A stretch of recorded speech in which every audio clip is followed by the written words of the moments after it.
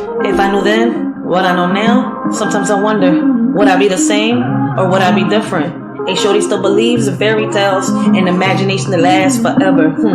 Sometimes I wonder if I turn back the hands of times, fix my mistakes, will things change? Oh Lord, guide me through this journey of life. Help me see the light through all the pain and strife. I wake up in the morning feeling lost and alone, wondering if life's worth living or if I should grab the throne. The weight of the world on my shoulders is hard to bear. I see no change, it's like nobody cares. I look in the mirror, see a stranger staring back, lost in the world that's spinning off track. I ask myself, is this all there is, or should I give up and let the darkness win? I see no change, just the same old game. Wake up in the morning, I ask myself, is life worth living, or should I blast myself? I see no change, just the same old pain, but I know deep down, I gotta break these chains. Sometimes I wonder if I turn back the hands of time, fix my mistakes, will things change? Oh Lord, guide me through this journey of life, help me see the light through all the pain and strife. If I can go back in time, tell my younger self it's gonna be fine. Embrace the challenges, let your light shine. You'll grow and learn, just give it time. Hey young me, listen up, don't be afraid. Life's a journey, mistakes will be made. Chase your dreams, don't let them fade. Believe in yourself, you'll make the grade. Don't stress about what others say. Stay true to yourself every day. Love deeply, laugh often. Don't delay, cause in the end, it's how you play. Be kind to others along the way. Spread love and positivity each day. Don't worry about what they may say, cause your uniqueness is here to stay. Sometimes I wonder if I turn back the hands of times, fix my mistakes, but things change. Oh Lord, guide me through this journey of life. Help me see the light through all the pain and strife.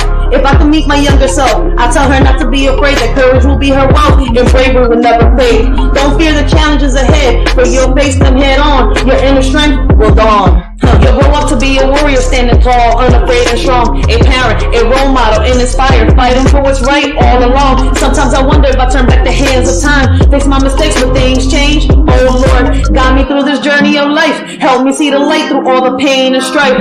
Looking back on all the roads I've traveled, regrets and lessons learned along the way, but still holding on to hope and faith that with God's grace, a brighter day will come our way. I see no change at all. I'm stuck in this cycle, feeling so small. I ask myself, is this all there is, or should I just end it all with a final kiss? I try to stay strong, but it's getting harder each day. The pain and the struggle won't seem to go away. I'm tired of the lies, tired of the deceit. I see no change, just defeat after defeat. I wake up in the morning feeling lost and alone, wondering if life's worth living or if I should grab the throne. The weight of the world on my shoulders is hard to bear. I see no change, it's like nobody cares. Deep down I know I must fight. I won't let the darkness consume me. I'll shine my light, I'll rise above the pain, I'll break free from these chains. I'll find my purpose and I'll make a change. Sometimes I wonder if I turn back the hands of times, fix my mistakes, but things change. Oh Lord, guide me through this journey of life. Help me see the light through all the pain and strife. Sometimes in life we make so many mistakes, and we think that when we fall, we're not able to get up. We listen to those that, talk in our ear, tell us that they, are there for us. And at the end of the day, what's crazy? A friend ain't nothing but $1 in your pocket. Family is what you make of it. Family is not who you're born into. Alright? So we need to pick ourselves up and do what we gotta do. Life is not for you to sit around and wait for Superman to come save you. Only you can save yourself. Just like that.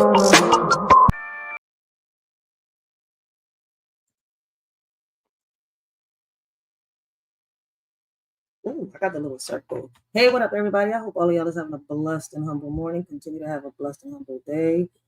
This y'all shorty Racheal. Let me work. Okay, my mic is what? My mic is working. My mic is working. All right. I borrowed my son's headphones this time because my mic is over there messed up. So I'm trying out these little gaming headphones, man. I want to thank everybody that's rocking out with a shorty, that has been rocking out with a shorty. Yo, I appreciate y'all, man. A shorty, has been doing a lot, has been going through a lot. So I appreciate those that are rocking out, that have been sharing my videos, liking my videos, have been helping the shorty bring awareness to so many topics and so many things that are currently happening around us, right, in our community. I appreciate those of you that, share my community videos, right? There's going to be more coming. I'm just, I'm caught up in between, getting myself together, bettering myself, because if I don't get me together, right, I can't be here for my kids.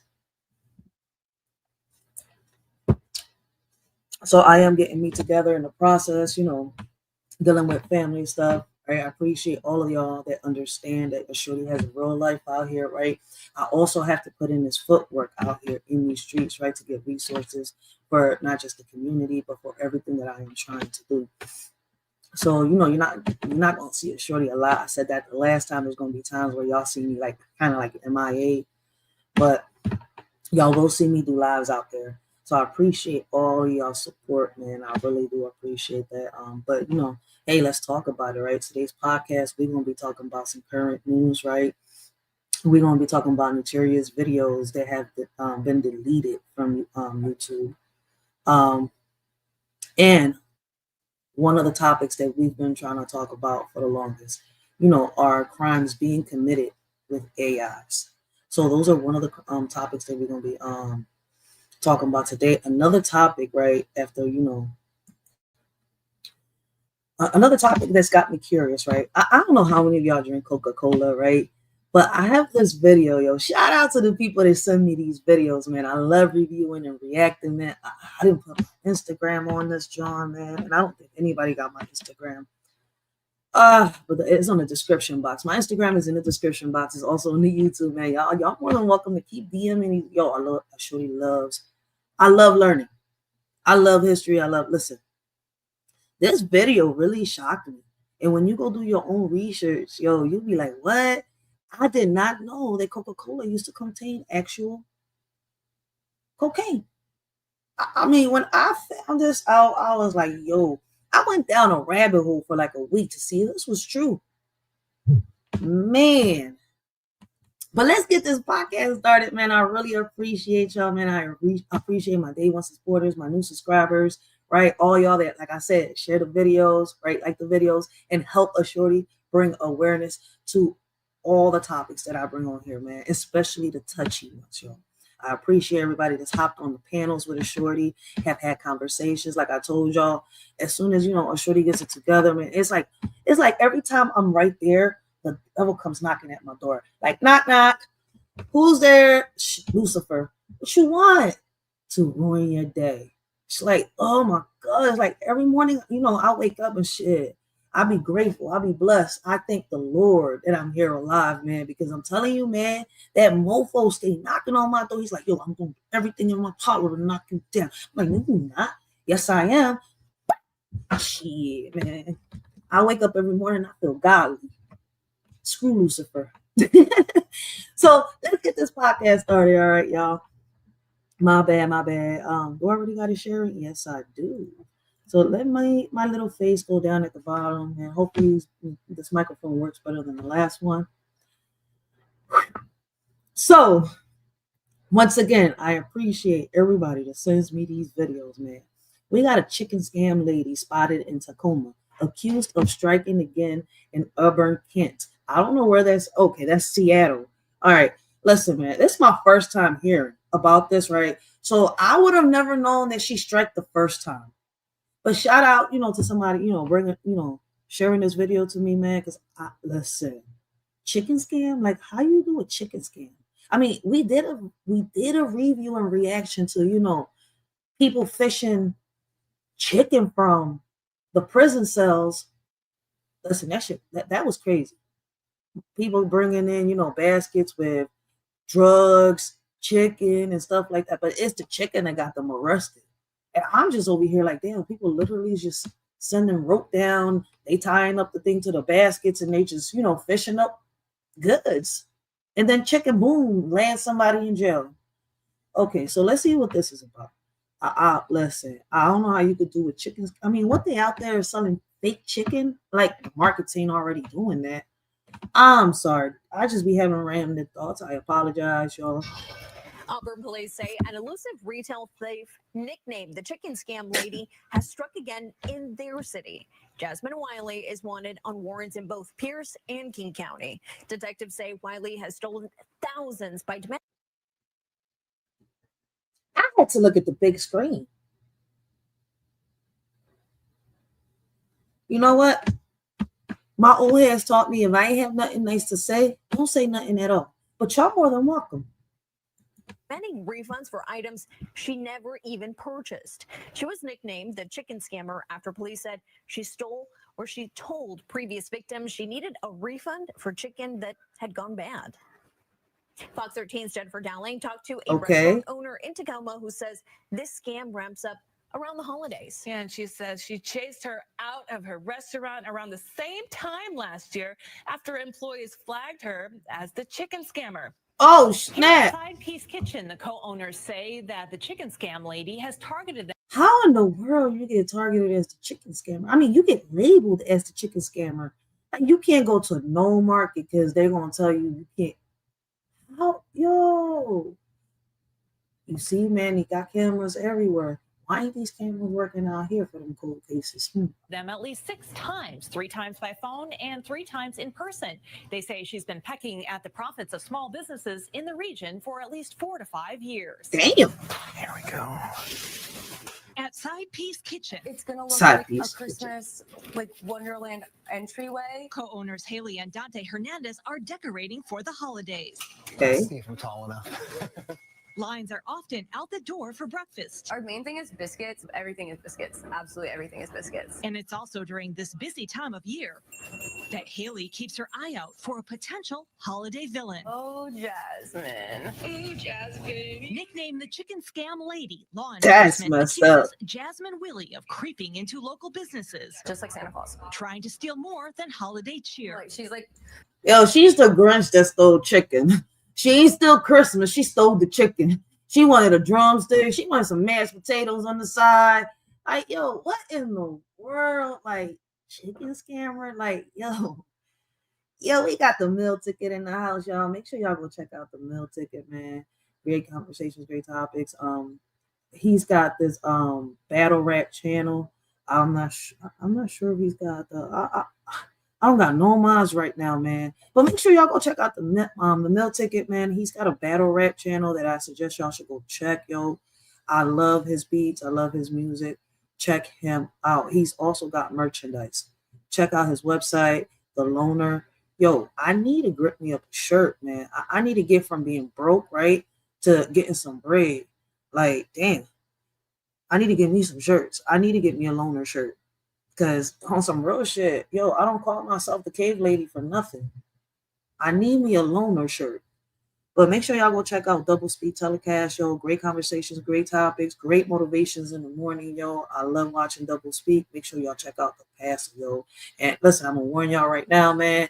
The pastor's got, he's got 3 personalities to him, man. You got Double Speaks. You got, the pastor. He has the, you got the pastor, and then you got the malicious passer with the trap house. All right. So he's got a couple personalities, man. I love his humor. He's got great topics, great conversations. Make sure y'all go check him out, y'all. But let's continue on here, man. This is crazy. I cannot imagine myself being called a chicken scammer. like the Grinch, kind of, but less lovable. So the chicken Grinch. Willie was caught on Chicken camera Grinch, here in see? late 2023, accused of demanding refunds on food she never purchased. Jasmine, right? I know it's you. It certainly picks up like this time of year, her scamming. And potentially looking for a bit of gravy. I get a call. Haley, the chicken scammer's here. And I went, what? And they're like, the chicken scammer is outside. Look at the camera. During one such attempt, Don't come back to my restaurant. You tried to scam me the other day. Haley personally chased her away, and court documents show Willie is accused of running afoul of the law in not only Pierce, but also King County. This shit is crazy. Damn, how did they remix the song? I believe I can fly. I believe I can touch the sky. No, wait. Yeah. I believe. No, wait, what was it? Was it? I believe I can fly. I believe I can touch the skies. You see me running through that open heart. No, wait. Oh, wait, was it? Damn, they remixed it. She said, all I wanted was. No, wait. I believe I can fly.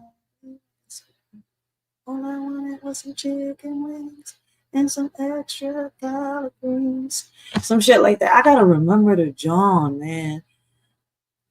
I know the boy remixed that John. All I wanted was some chicken wings and some extra collard greens. Yo, I gotta remember, this chick right here, man. Like, damn, all she wanted was some chicken. That's all she wanted. What was she gonna do with the chicken? Like sell it to get some weed in her head? Listen, I don't know. But I'm not getting arrested for scamming some people over some chicken. You got first, what was it? Last year, I think it was, in 2023. How you get arrested for smuggling chicken wings into a prison? Like that right there is crazy. They didn't lock you up for the weed or everything else that you had in there. It was the chicken wings. I mean, well, I think they had whole chickens in there. Or was it chicken wings and drumsticks? Listen, either way, however you look at it, this shit is crazy. Going to jail over some chicken.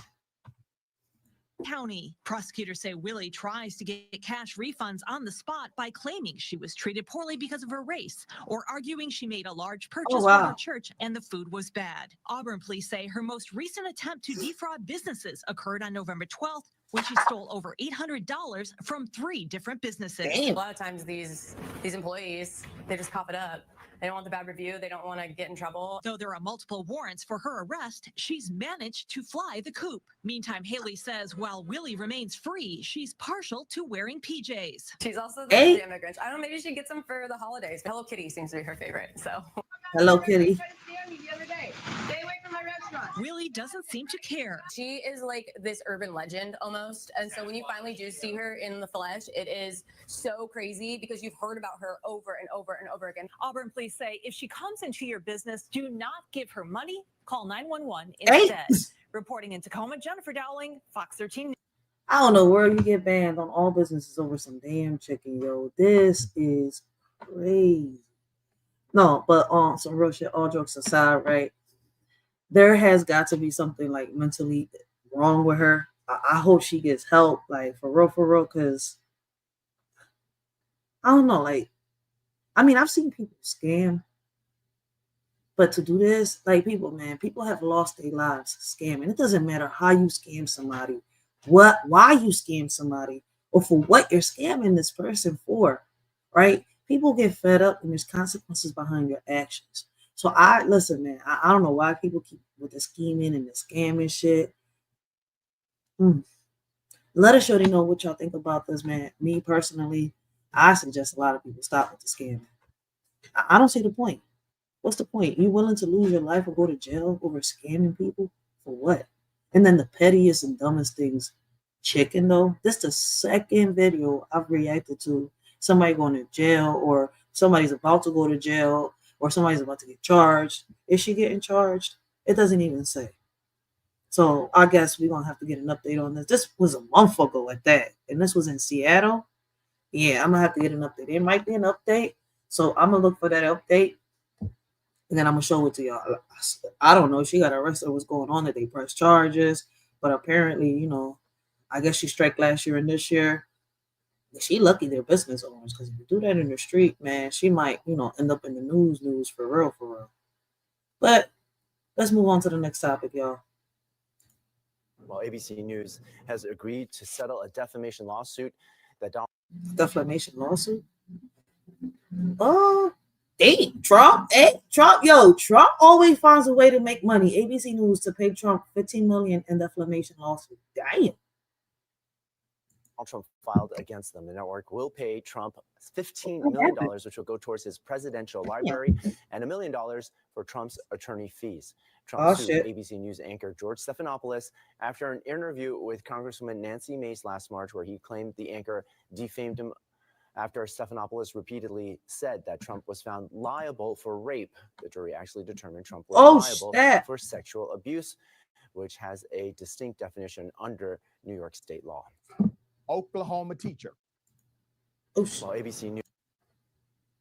Yo, that's one hell of man, I be telling people about putting lies on people, lying on people's character. Listen, I ain't gonna sit here and lie. My ex-mother-in-law is gonna learn the hard way, because she likes doing stuff like that. Saying that this person did this, saying this, but she took it too far with me and my kids. So a shorty is definitely going to hit that DA office, charging her with harassment. I'm charging her with defamation. And listen, if she don't got no money to pay up and cough up, you know what you could do, old head? Listen, I hope you practice, right? I hope you practice staying out of trouble. Practice keeping that little mouth you got shit. Listen, people like going around and fucking people's character up. Like, don't lie on people, because people will come out here and smack you with the truth, and you're not gonna like that shit, man. Them defamation lawsuits ain't no joke. He is suing ABC for $15 million. I need a DA to find out how much, my ex-mother-in-law got, because this shit is not a game no more. She fucking with my character. She's slowing down what I'm trying to do and everything. Like, she's fucking with my kids' mental. So that's why the harassment charges are there. Like, I need, listen, I need a restraining order. I need everything. And so she's not going to keep up with the restraining order, defamation and everything else, I need her out my life. Like, for real. Because I be telling people, man, that lady got me to the point where, man, the shorty seeing red and the shorty don't want to react. Like, people get tired. Like, yo, leave me alone. Stop lying on me, because I'm going to smack you with the truth. And she don't like it when she gets smacked with the truth. Blessings. We got Mel Dub in the building. Make sure y'all go check out Mel Dub. Great conversations, great topic show. He brings up a lot of great topics, a lot of touchy conversations that a lot of people, are scared to bring up. So shout out to Mel Dub, yo. Yeah, man, the defamation of character allegations ain't no joke. So people out there, man, if you don't really know what a person is about, stop talking about this person, man. Because when this person starts, hitting you back, you can't complain. You have no room to complain. Because now this person, boom, is fighting you back with, the legal way. People need to learn. But shit, 15 million? I wonder if ABC got it, though. But let's move on to the next topic. Let us shorty know what y'all think about that. ABC News, to pay Trump $15 million in defamation lawsuit. I'm not sure if the lawsuit's already, this got posted 2 weeks ago. All right, so I'm not sure if the lawsuit is, being active right now, like is active case or some shit like that. But it says that I guess they're gonna have to pay. So it seems that the great allegations that they were saying, putting against Trump were false. Trump, it turns out that he was innocent of that. And those are not, listen, man, them type of charges. People need to stop. People need to watch what they say and what they do, man, because them type of charges ain't no joke, man. Like, people out here playing games with people's, livelihoods, for real. But let us surely know what y'all think about the Trump getting $15 million on a defamation lawsuit. Do you think that people that, are getting harassed and are getting, lies told on, should they end up doing the defamation lawsuit on the person that's actually causing them harm? I feel as though they should, because enough is enough. Like, people need to stand up. Don't listen, man. Stand up. Speak up. Speak with your chest out, for real. But let's move on to the next topic. My bad, I've been saying that. Let's see what we got here. We got a teacher's play fighting severely injures middle schooler. Oh, shit, man. I don't know if this middle school got cameras in the classroom. I'm hoping that this is not a he say, she say. I'm hoping they got some type of video, right? For those of you that don't know, I have the link on my YouTube, link in the description box. I do have a petition. If you have an area code, anywhere in America, right? You have an area code, right? You can sign this petition. Let's get these cameras in each and every one of these classrooms in each and every one of our schools, right? Like, listen, we should not give, how can I say? We should not put our trust in the hands of complete strangers, right? Shout out to them teachers out there, right? Because there's a lot of good teachers out there, right? That by any means they're out here. They love their job. They, they help these kids, right? And much more. Like, if y'all go check out Mel Dub, right? He's a teacher, right?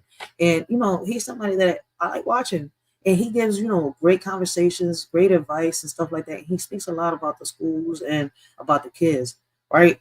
And he be on point with a lot of stuff that he be saying and doing. But the crazy part about it is, right, we got teachers out here that don't give a fuck about these students. And I'm trying to figure out why. Why are they in this field? Why are they trying to teach kids? First of all, the checks, right? The pay isn't even that good. Allegedly, is what they say, right? A lot of these teachers are underpaid. One of the reasons why a lot of these teachers are, quitting and finding other jobs that could pay them. Blessings, young Riaz. Blessings. How you doing this morning?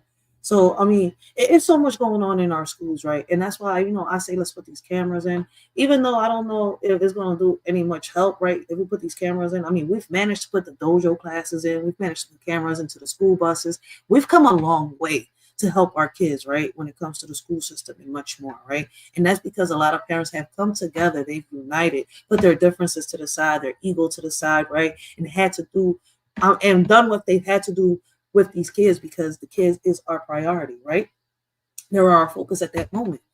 So we got the job done. And I feel as though we need to come more together, right? And fight even harder to get these cameras in there with so much that is going on in our schools, right? There are good teachers, right? But the same way that there are good teachers they are messed up teachers in the head that don't need to be in that field. I feel as though they need to do deeper backgrounds, right? Like not just, backgrounds to see if they've been arrested or if they've had a felony and stuff like that. No, go deeper. Has this person ever been to therapy? I mean, listen, we have to do something. But allegedly, Trump is trying to get away with the, education system. So I don't know. I don't know.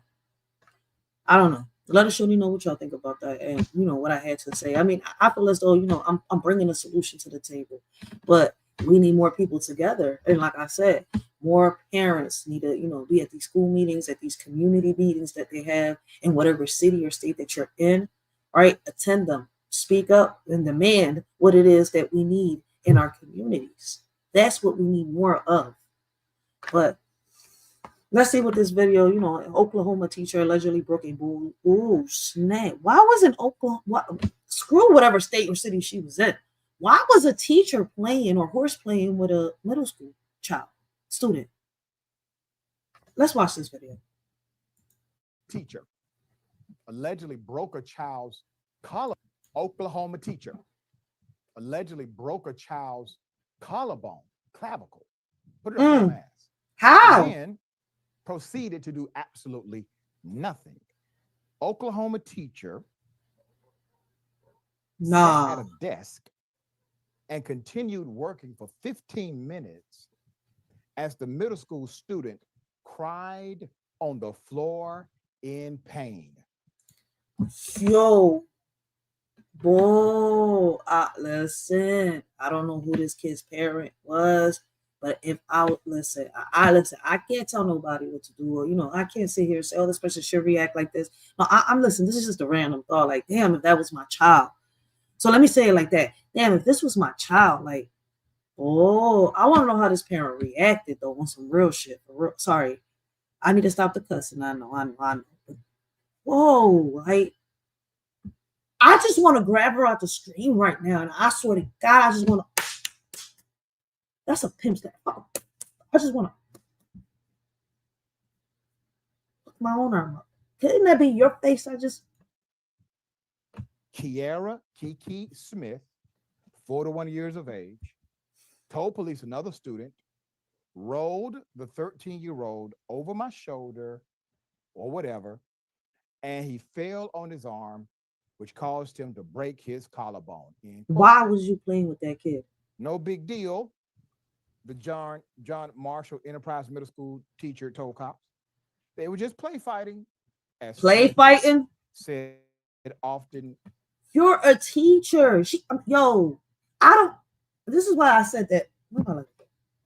This is why I said certain teachers don't need to be teaching. And what's crazy, right? There's more female teachers out there than there are male teachers. I'm not gonna sit here and lie. I've noticed that. And she's a woman. Like, why was you playing with a boy? Horse playing in school at that? What was going through her head? What was she on? Like, what was you thinking that you was Lil Wayne? You was riding on a skateboard with some shoes while you was smoking Mary Jane or some shit like that? What in the world is wrong with She does with students. Smith said the teen, quote, moved his arm, moved his fingers, and then he started doing his work, according to the police. She didn't mention his 15 minutes of agony. Smith seemed, quote, very put off. Yo, she broke his clavicle and left him there for 15 minutes in agony. She couldn't even call the nurse. Yo, this couldn't have been my child, because I'm telling you, that's no way in hell. Not even security could have held me back. About the situation and downplayed the altercation and did not understand why this was a criminal matter, an investigator said. The former football player was arrested Tuesday, charged with aggravated assault and battery charges. Video of the altercation with the student contradicted Smith's claim that the incident was no big deal. It actually had begun early in the day, interrupted by lunch. The student had returned to Smith's classroom, telling a former player of the Oklahoma City Lady Force that their fight was not over, according to the affidavit for Smith's arrest. Another 13-year-old student and an unnamed teacher were also involved in the fracas. He and another 13-year-old were play fighting two teachers, which included Smith. During their science advisory period, students recorded the incident on their cell phones. Video shows Smith putting one of the students in a hold and taking him to the ground while another student jumped on her back, according to the police. Let's just pause for a moment. Was this a woman in school teaching, or was this a child teaching in school? Because the behaviors, the actions of this teacher were very child. She was acting very immature. What's the excuse as a grown-ass person once you do this? It's like you sit here and you put a kid's head underwater and say, oh, you didn't know that they was going to drown. That's... Well, let's continue. You're already engaged in conduct unbecoming. What school teacher decides to fight, play, horseplay? I just said that. Engage in any type of... I just said that. Well, I'm on the wrong screen. Physical altercation with a student, a teenager at that. Where Melda at? And you are the... Melda, what is your opinion? Adult in the room. You are the guidance in the facility known as a school. There's more. When the student returned 2 periods later to continue the fight, the rest of the class watched. Wait. They saw. When the student returned 2 periods later to continue to fight, the rest of the class watched. They saw a true beat that video showed smacking the boy to the ground. He got that belt tapped around.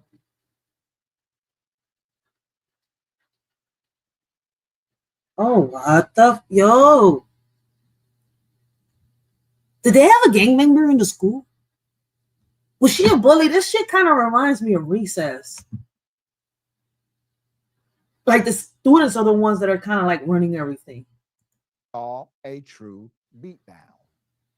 The video shows Smith smacking the child to the ground. He got back up, tapped her on the arm, police said, and surely regretted it. Who recorded this? Kiki Smith, the educator, turned and grabbed the victim, lifting him off the ground and slammed him to the ground. The affidavit reads. The videos depict the victim on the ground, defenseless and in pain, as if she were a triumphant wrestler. Smith hovered over the child. This bitch thought she was Rikishi or Umaga. What in the world, bitch? Instead of teaching, why you ain't go over there and apply to the WWE? And said, anything else? She then returned to her desk without offering any aid, the affidavit said.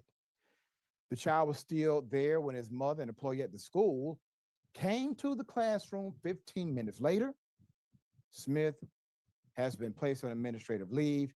A spokesperson for the Oklahoma City schools told the Daily Mail. Now, put a picture back up. There's an important detail here that leads me to speculate something else. Okay? I got her in the big screen. And it comes from this statement The child was there when his mother and employee at the school came to the classroom 15 minutes later. I wonder if you're going to do this to a child and that child's mother works at that same company. Oh, wow. School in this instance. Do you have an issue with the parent? Or you allowed your issue with the parent to become manifesting your issue with the child? Now, once again, speculation, but that's what happens when you don't have details. This is. I mean, yeah, because I'm wondering too, how did this all start? Why was this teacher and the student fighting? Well, allegedly they were play fighting, but it's odd, it's weird. Now I'm learning that the mom works at the same school as this teacher. So could she have really had, could she and the mom be beefing or something like that?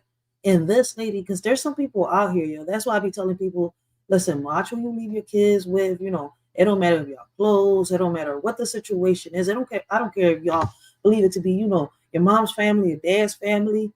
Listen, your kids are your family. It's your priority, your responsibility to take care of them. Right? And when you see red flags, don't think that you're at Six Flags, yo, at an adventure at Donny Parks or some shit like that. Pay attention, man, because this is crazy and people will do things like this. They can't get to you, so they'll find a way to get to you and they'll use your kids. Either they'll fuck with their mental or they'll do physical stuff like this. And some people take it overboard, right? And they'll, end up molesting a child, doing this with a child just to get at a parent. So you have to watch your kids. Be careful. And it's crazy. This is a teacher. A teacher's supposed to be teaching students, but yet this day she chose to sit here and horseplay with one of her students. That apparently seems to be, one of her co-workers' kids. She ended up breaking this child's collarbone and left him in agony for 15 minutes. This bitch thought she was at the WWE event and she was Umaga over Kishi at the time. And she sat here and wrestled this kid.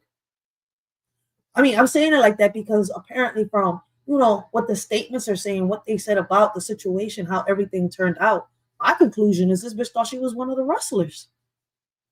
I don't know what was crossing through her head. She don't need to be in this field, and I keep saying it. Why are there people in this field that really do not have the patience for, this type of things? She don't have patience for kids. She don't have patience for, I guess noise. I listen, I don't know. But she shouldn't be in an environment where there's kids. If she loses her temper like this, if she can't control herself, if she don't know how to humble herself. Not her first run-in with law enforcement. Smith pleaded no contest, not guilty, but no contest in 2019 to a misdemeanor charge of assault and battery. The victim, a female elementary school teacher, said Smith used her hand to go between her legs from behind and then touching the area between her vagina and rectum over her clothing, court documents show. Smith was placed on probation for 1 year for pleading no contest. Hold the fuck up. Hold up. Why was she still teaching? Why was she still teaching if she did that to that other child? It turned out this, what's crazy? Because a lot of people that, I gotta say it like this, it sounds funny and stuff like that. I mean, the purpose is for it to sound funny because I'm not trying to bash nobody or anything, right? But listen, man, I know a lot of people that hop on rainbows. Right? And they're not like that. They don't do it's fucked up. You know how it's just because I feel as though, right, whatever your preference is, right, that's your business. Just don't fuck with the kids. Leave the kids alone. Leave them alone. And it seems like she should be in the registry list. Why was she doing that with a child? Child complained. She got probation, but she didn't get put in the registry. She should have become an offender right there and then. Let's continue. I'm a little lost. And I would love to hear. I saw Mel Dub, man. Leave a comment, Mel Dub. Let me know what you think about this. I'm gonna tag Mel Dub on this, John. I don't even know what's my timeline. I want to hear his opinion. And any other teacher that's out there, what do y'all think about what this teacher has done? To that particular crime. Which is sexual in nature, and she should have. I just said that around children after that. I just said that. Probably have contributory negligence by way of the school district. All right, this is insane. Jackson, thoughts here. Yeah, this woman should have no legal access to be around kids whatsoever. I mean, what else is there really to say about this? Like, she turning her classroom into a WrestleMania event or whatever it is. Like, what? She's crazy. Like, she's just nuts, and she absolutely should do some time and never be allowed to work with children again under any circumstances. You know, I think she need to get rehabilitated and then do some time. Or do they do both in prison? I don't know. I mean, Mel Dub brought this topic up, a little while ago. So shout out to Mel Dub, yo. Like, it's not my first time saying this. It's like, man, make sure y'all go check out Mel Dub, man. Because, like, ever since he brought up this topic, when I hear, topics like this, I always gotta say go check him out, because it's like, yo, he brought up great questions, right? And I'm sitting here, I was like, damn, those are great questions. I just wish I knew how to answer them. Now I gotta go out here and do my research, and learn some stuff. Rehabilitation, jail. I think she needs both. But how do you manage both? Can you get rehabilitation in jail? A good riddance. Yeah, and the lack of wisdom displayed here leads anyone to believe this is not the first time Who was this? Exhibited a significant lack of wisdom 2 weeks ago. to deal with kids. This is probably the first time it has gone criminal in this nature. We'll pick updates as they come. Gruesome and deadly attack. My biggest question on that is, right? Oklahoma teacher. My biggest question on this was why is it that after her first criminal offense, she was still teaching kids? If she got, she committed a sexual act on a child the first time. That's why I said she shouldn't be off the registry. She should be on the registry. How did she get away with this? That's my biggest question. Do they do deep enough backgrounds on these teachers when they're hired? Are they really doing deep backgrounds? I mean, they do it on the cafeteria ladies. I was one at one point. Hey, but shit, they do it to them. I mean, they do deep background checks. So why aren't they doing it on the teachers? What's going on? Why are there so many teachers, right, that are in these schools that turn out to be predators? But they're not on a list or nothing like that. Or it don't even turn out that they have any type of mental issue. But then it turns out that, due to their behavior, they could. So once again, should these backgrounds that they do on the teachers be deeper than what they're doing now? I mean, I think they should. I mean, like, if you don't got nothing to hide, you don't got nothing to hide. Fuck, you're dealing with kids, right? And if their safety comes first, your mental should be good. So it's not just about having a criminal background. It's about knowing if this person is, has the mentality or the capability, is capable of, I can't say the word right, so I'm going to say it like this, is capable of being around these kids, dealing with these kids. Do they have the mental to be around these kids? And I don't think a lot of them do. A lot of them really need to get them deep background checks if they're going to become teachers. Gruesome and deadly attack on the subway. What is this? Woman killed after being set on fire. Oh, wow. On Subway? Where was that at? 7 days ago. Damn. Whoever left that in the comments is true. I think that's like, one of the horrific ways to go. Like, they said being burned alive is like the most horrific way to die. That poor woman. Why would they burn her alive? Wow.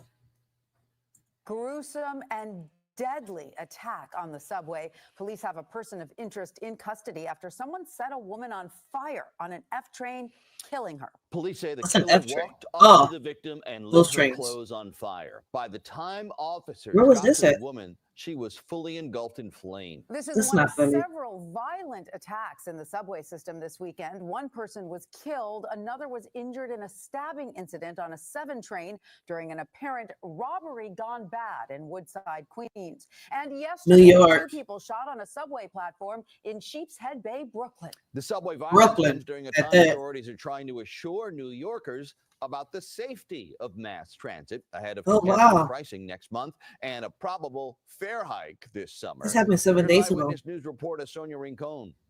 The NYPD tonight is calling cameras now in every subway car a game changer. MTA video taken in an F train at Stillwell Avenue captured the terrifying crime this morning. It offered detectives immediately answers to questions that they had. What happened? Officers had seen and smelled smoke and came running over. What they saw was a person standing inside the train car, fully engulfed in flames. They got Wow. the flames out with a fire extinguisher, but the woman died at the scene. The video also offered clear pictures of the man who had used a lighter to set fire to her clothes while she may have Why? been sleeping and stayed and watched. We asked the media to broadcast those images far and wide so we could use the viewing public as a force multiplier. And New Yorkers came through again. A group of high school students spotted the man in the photo on another train and called 911. As they Sergeant should. responded to that location, met with these young high school students, looked inside the train and saw an individual that he recognized from wanted flyers that we got out earlier. The suspect was taken into custody. Police say he's a citizen of Guatemala in New York since 2018. Tonight, the governor praised the quick arrest, but her tweets today about That is what's getting crazy with the illegal immigrants, right? Because a lot of them are gang members, and it's crazy how they're hitting a lot of the cities that got gangs in it. Philly, man, young bulls, get y'all shit together because y'all just a bunch of crews thinking y'all gangs, man. Philly, get it together, yo, because y'all don't even know where these mofos be coming from, yo. They coming left and right. They coming left. They already in the 5 euros of New York, man. Y'all better stop pretending to be gangster out here in these streets, young bulls, man. I be telling these young bulls, yo, this man just came out of nowhere and set this lady on fire. I don't even think he knew her. And it's not the first time or the first case that I've heard on New York, whether it's the Bronx, whether it's Jersey, whether, it's Brooklyn. Listen, it's so much going on down there, man. Make sure y'all go check out Nate the Great podcast. Great conversations, great topics, but he is from one of the 5 euros of New York, man, and he speaks a lot about what's going on over there and the community that he's in. I'm not sure if I got a mod in the chat, but if Riaz or anybody's in there, can y'all please leave the link to Nate the Great podcast in the chat down below so that people can go check him out. I appreciate y'all if y'all can. But let's go back to this. This is crazy. National Guard members helping bring subway crime down have been met with concerns about fare hikes and the congestion pricing toll meant to make the subway more appealing on an especially violent weekend. Overnight, a man was stabbed to death in what police think was a robbery attempt on a 7 train in Woodside. And yesterday, panicked subway riders ran from gunfire at a Q train station in Sheepshead Bay, where 2 people survived being shot, and the search continues for the shooter. The subway cameras in Coney Island this morning and the presence of officers in transit played critical roles in that quick apprehension, but still couldn't stop a man from killing a woman on the subway for no apparent reason. Facts. The woman still hasn't been identified tonight. She was burned beyond recognition. Outside police headquarters in Lower Manhattan, Sonia Rincon, Channel 7, Eyewitness. So that means that the only way they're going to be able to identify her is through DNA. If her teeth, they have to pull her teeth out. That's going to be the only way, because they're saying that they can't identify her any way, shape, or form. I guess she got, my condolences go out to her family, right? That is crazy. And it's not my first time hearing about it being somebody that, is actually not from here. This guy's been here since 2018, though.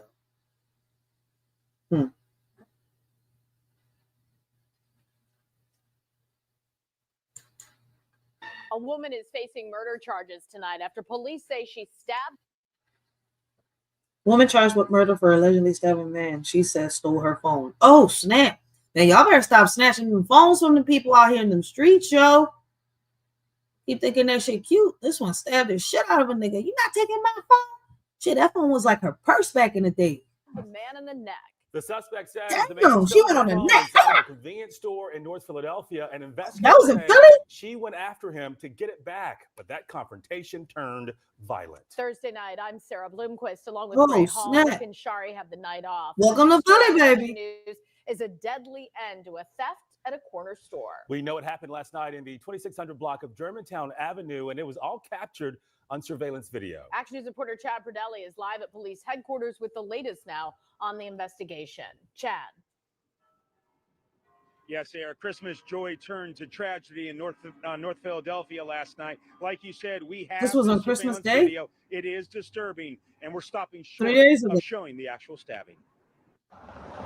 It happened here on the 2600 block of Germantown in North Philadelphia. Oh, I know where that's this at. is surveillance from the Germantown Oh, wow. convenience store. Investigators say Ernest Pickett came in to buy some cigarettes. As he walks out, he allegedly steals a phone charging on a gaming machine. Police say it belonged. Why would she leave her phone on the game? Anybody can snatch that shit. I mean, she's also wrong. Like, why would you leave your phone unattended? That's crazy. She left her phone unattended, but the bull shouldn't have took that shit. Either way, he a grown-ass man. It's not like he a little-ass kid. You got to sit here and chastise him. Oh, you did the wrong thing. Grown-ass man. So the consequences behind that shit, you know, he looked for them. Listen, I can't feel pity for him. And it's crazy, right? Like, damn. I don't know how to feel about her, but I can't really feel pity for her because you left your phone unattended, knowing, especially in that neighborhood, you cannot leave. Yo, on Germantown, make sure you strapped and you got it registered and that you licensed and you got a permit. Listen, make sure. Because Philly don't play that shit. Damn, why would she leave her phone? Let's To a continue. woman outside the corner store having a smoke. She chases after Pickett, pats him down, and then allegedly stabs him in the neck. I just can't talk right now. I just can't talk right now. Pickett's father was too distraught to talk, but the 38-year-old's mother did. I miss my son. I really miss my son. That was my rock. Deborah Bethia got a call Damn. around 8 p.m. that no mother wants. After her son had been stabbed, he ran a few blocks, then collapsed on the 2500 block of Sartain. Police believe the theft victim, Menasia Wilkerson, called police reporting the stabbing. The motive for the stabbing is an altercation which sprung from a theft or robbery of a phone. The Philadelphia District Attorney's Office has charged Wilkerson with murder and possessing an instrument of crime. She has a history of arrests for aggravated assault, theft, and That's crazy. If she found the phone, she could have kept it walking. He didn't put his hands on her. I can't even say he could have gotten aggressive or not because we couldn't. She stabbed him before we could even see that.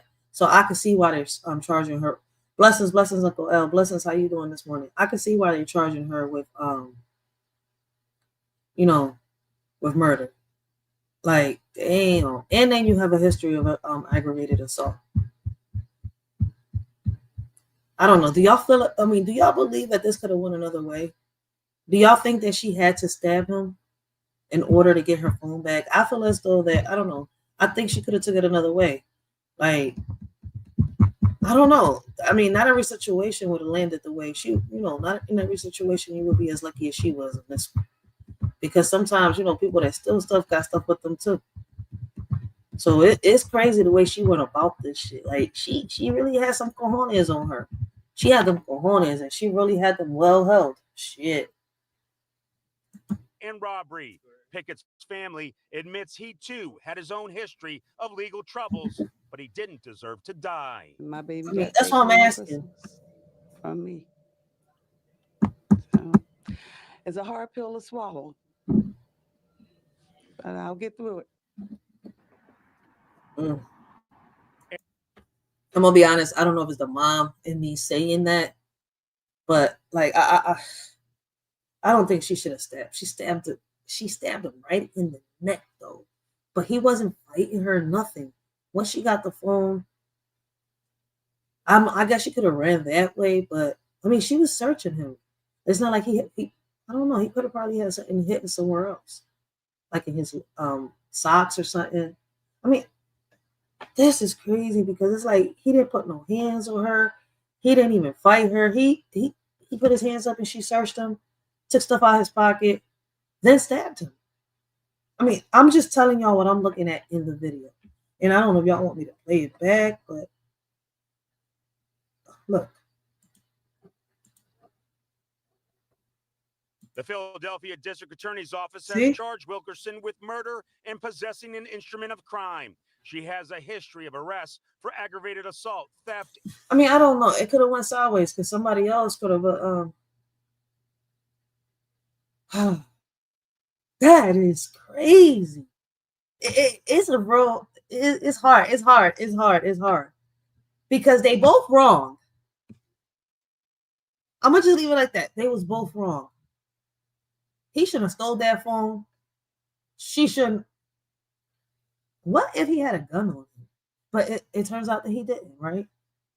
So we can't even, that's out the. That's me. Let's throw that away. Let's X that. He didn't because she searched him. Facts, Uncle L. Facts. She's over aggressively. This could have backfired on her though. I wouldn't suggest a lot of women to do this unless they're really prepared. And what I mean by that is like, what if he would have countered that attack and stabbed you or shot you, right? But it didn't happen. Not in this situation. But in other situations, women trying to do that, it has happened. Where men have countered a female with a knife and actually have taken the knife, So I was like,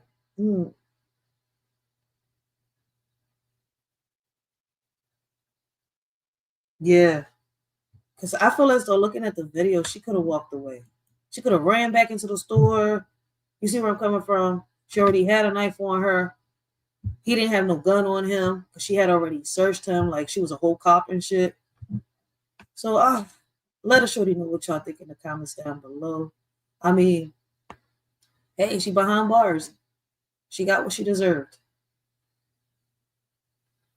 All right, so that's the last video on current news, right? Yep, that's it.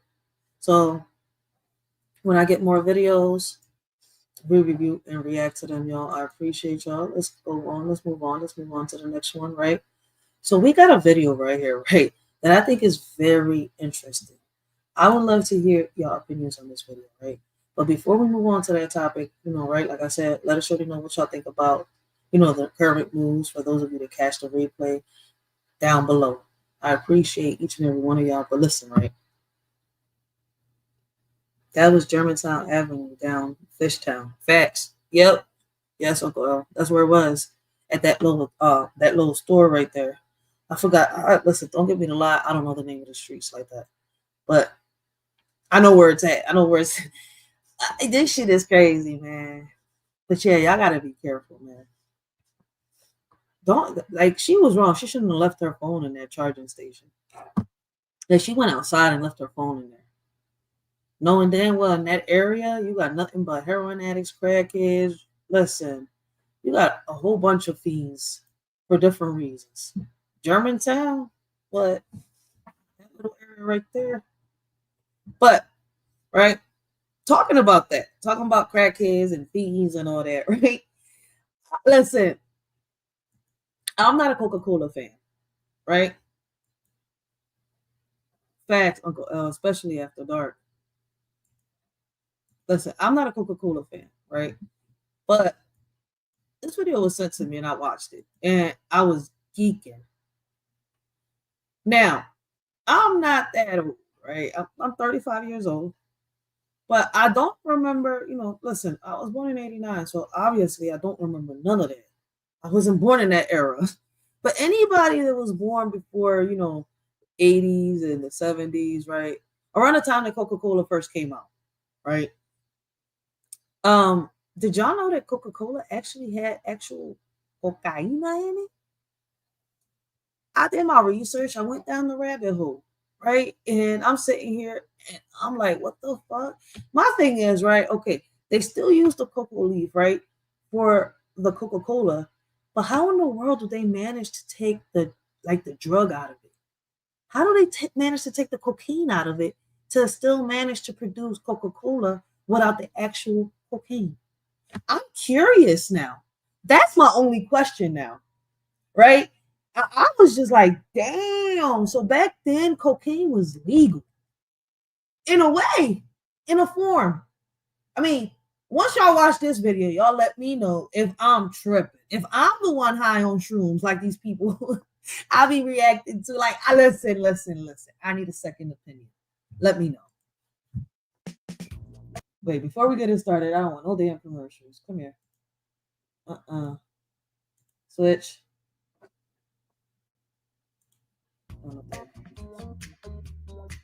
Welcome back to Explaining Everything, a channel where we dive into the stories and mysteries behind everyday things. Today's question comes from one of our curious viewers, Max Spark. Thanks for the suggestion, Max.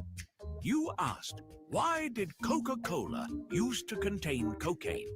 I didn't even now, know. If you've ever sipped on an ice-cold Coke and thought, wow, this is good, imagine if it came with a little extra kick. Believe it or not, in its early days, Coca-Cola... Screw that, that's one of the gassiest sodas ever. Or not, in its early days, Coca-Cola had a not-so-secret ingredient. Cocaine. Yep, the fizzy drink we all know and love has a wild backstory. That it do. If you've ever wondered how this iconic soda went from a pharmacy tonic to a global phenomenon. Hey, I don't know if my grandma and my granddaddy was drinking Coca-Cola when they was making my mama, but if they did, it was high on Coke. They was like Tony Montana at times. Like, I don't listen. I mean, after learning this, I was like, yo, the whole world was like in cloud nine at one point. Like, what? Like, yo, what I really want to say, I can't say. Stick around as we spill the bubbles on Coca-Cola's scandalous past, right here on Explaining Everything.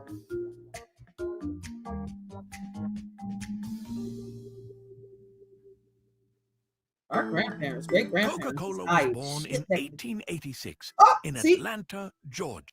It was in the 80s. No, wait. 1886. I'm tripping. Look, see, I'm the one that's high. I ain't even have Coke. I had a ginger ale. Do Canada Dry contain Coke? I don't know. I gotta check that out. Hold up. Coca-Cola got invented in 1886 in Atlanta, Georgia. Now, I gotta come back over here because I skipped that. I was more interested in the Coke. Like, for real, how was it possible? And yes, it was legal back then. But I didn't go as far as 1886. Damn. I thought I was out the rabbit hole. But let's go. I missed that part. Now back to my little research. John Stith Pemberton. Pemberton, a man of ambition, concocted Coca-Cola not as the soft drink we know today, but as a medicinal tonic. Back then, pharmacies were basically the cool hangout spots where you could grab medicine for all your ailments, including, apparently, a bad mood. Now, delicious, refreshing.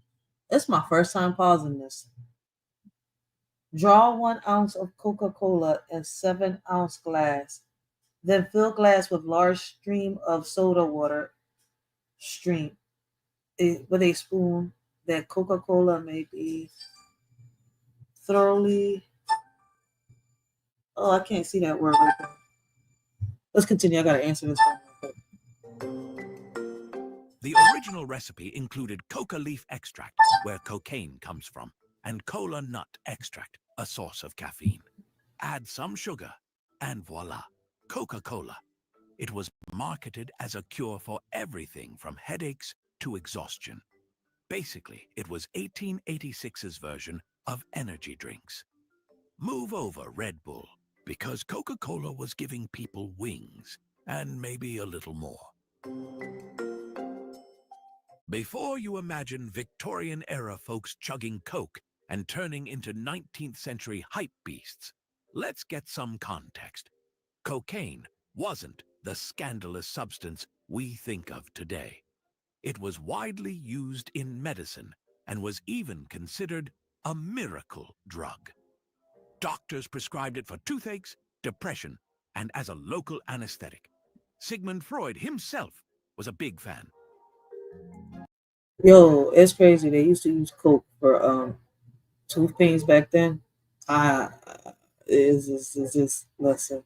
Price 15 cents. Prepared by the Lloyd Manufacturing Company. Oh, I didn't see that. I'm about to search up Lloyd Manufacturing Company. Adding cocaine to a drink like Coca-Cola didn't raise any eyebrows. People thought... But if it actually did have cocaine in it right back then, here now I have another question. Wouldn't that like wire people up, having them like bouncing on the walls? I've seen people out here, right, that, you know, end up hitting that line, right? They get like a little hints of energy out of nowhere. And I know Coca-Cola wires you up too, so it's kind of like, what in the combo? I don't know. I need some help. Oh, cocaine. Great for my digestion. In fact, the coca leaf was already popular in beverages like Vin Mariani, a French wine that also contained, you guessed it, cocaine. Pemberton likely saw this trend and thought, why not mix it with soda? Everyone loves bubbles. Everyone loves bubbles. Pemberton called Coca-Cola a brain tonic and intellectual beverage. Everyone Fancy, loves right? bubbles. It promised to boost energy, cure nervous disorders, and help you focus. Basically, it was marketed as the cure-all for every Victorian-era problem, from sluggishness to existential dread. Yo, never in a million years would I have thought that a beverage that I've seen my parents, well, actually my mom, because I can't say parents, my mom drink so much at one point contained Coke. I mean, I gotta go back. It tells you when they stopped using the cocaine in Coca-Cola, because it became illegal, I guess, at one point. But in the 1880s, Coca-Cola contained Coke, and it was legal. People was walking around drinking Coke in a bottle. Like, what in the world? And it worked. People loved it. Imagine walking into a pharmacy, ordering a glass of Coca-Cola, and walking out feeling like you could conquer the world, or at least survive another day of wearing a corset or monocle. The hell? But the real... Yo, they was creating drug addicts in the late 1800s, yo. Oh, snap. Shout out to Papa Duck. I'm starting to put two and two together. Genius was Asa Candler, who took over Coca-Cola in 1888. Candler was the ultimate hype man, using aggressive marketing to make Coca-Cola a household name. He made sure everyone, from housewives to businessmen, thought they needed Coca-Cola to survive.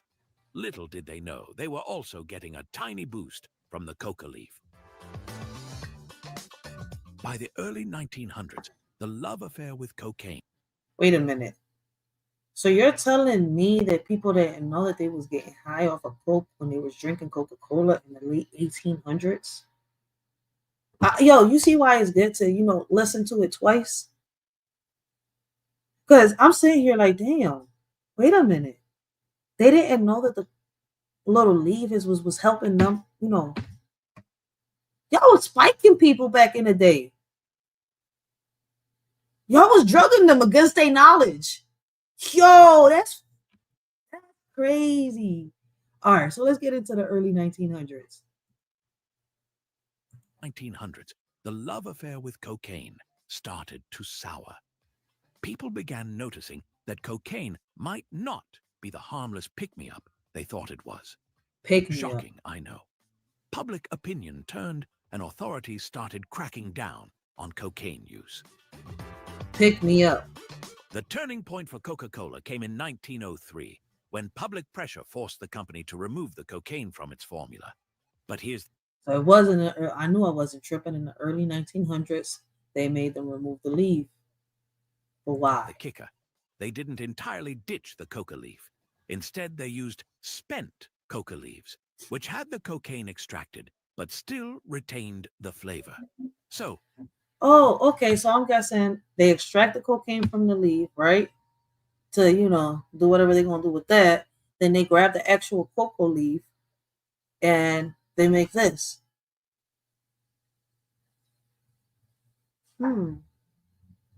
It's crazy how the cocoa leaf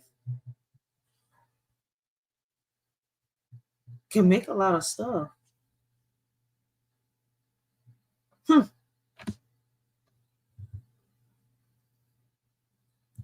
Technically, Coca-Cola kept a whiff of its scandalous past. Coca-Cola has always been tight-lipped about its recipe. The coca leaf connection is one of the company's most fascinating secrets. Even today, Coca-Cola is the only company in the US allowed to import coca leaves. They work with a New Jersey-based chemical company to process the leaves and ensure there's no cocaine involved. I don't know about that. I'm gonna start testing people that drink Coca-Cola. I'm about to go get a couple drug tests. I know some people that drink Coca-Cola. I'm about to ask them, I need to test you real quick. It's just, you know, just a little experiment I'm gonna do. I don't know. Let's see if Coca-Cola really doesn't contain cocaine. So I wonder if we could test the actual Coca-Cola. I'm curious. While your modern Coke doesn't contain any illegal substances, it still carries the flavor of its past. Literally. That's some dedication to brand heritage. The idea of a soft drink containing cocaine is equal parts shocking and hilarious. It feels like a relic from an alternate universe where soda doubles as a stimulant. But it also reminds us how much times have changed. Imagine the FDA today reacting to a new energy drink boasting, now with a pinch of cocaine. Lawsuits would fly faster than a Mentos in a bottle of Coke. I'm about to start looking at them energy drinks. What's in them energy drinks? It was said that Four Loko had cocaine in it too, huh? I don't know. I don't know if y'all remember that Four Loko. They said that people was dying and going crazy out there, John. I think it contained cocaine, and they still saw that, John. I'm about to test that, John, too. See what it has. Coke. It's also a testament to Coca-Cola's resilience as a brand. They transitioned from a medicinal tonic to a soft drink giant without missing a beat, or, more importantly, a sale. The company leaned into its wholesome image, even as its history hinted at a wilder, less regulated time. So, why did Coca-Cola used to contain cocaine? The answer is simple. Because it could. Because it could. It was seen as a cool, innovative ingredient, not the illicit substance we know today. So in the early 1800s, cocaine wasn't seen, or, you know, it wasn't deemed to be illegal, and it wasn't deemed to be a drug. If anything, it was used as medicine, like opioids. Coca-Cola's history is a fizzy mix of science, marketing, and cultural shifts that turned it from a pharmacy staple to a global phenomenon. And let's be honest, while we're glad Coke isn't secretly laced with cocaine anymore, it's still got something addictive about it. Right? That's what I'm asking. Maybe it's the... I mean, we know caffeine can wire you up, and, you know, and it's addictive, but nah. It's like the Popeye's chicken. I wonder if it's got a dash of cocaine in it too. Sugar. Or maybe it's just the nostalgia of knowing you're drinking a piece of history. Cheers to that. If you enjoyed learning about this bubbly beverage's surprising past. Nah. You ain't gonna sit here and play me.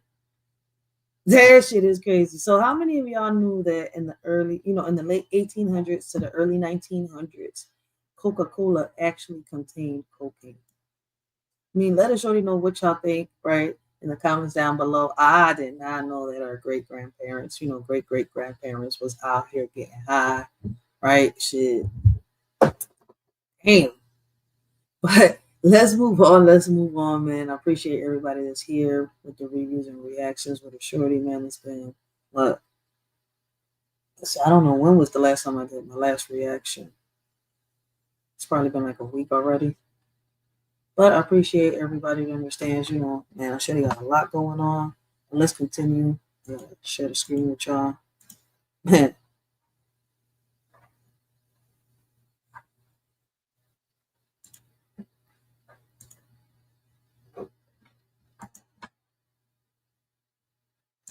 All right, so let's talk about it real quick. Every day YouTube deletes videos for whatever reasons, right? A lot of times they say it's copyrighted or, people violated community guidelines. A lot of times, you could dispute these videos. And I don't know if back then you could dispute the videos or not.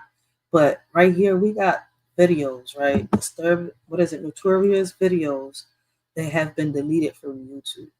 So today we're going to see why, right? And mind you, right, I haven't seen this whole video. I've probably seen like 10 minutes of it. I was supposed to react to this the last time, but I've had so much going on, so I appreciate y'all's support, right, and y'all patience with the shorty, man. Today we're gonna find out why and what can get YouTube to delete a video from your channel. How is it that you could,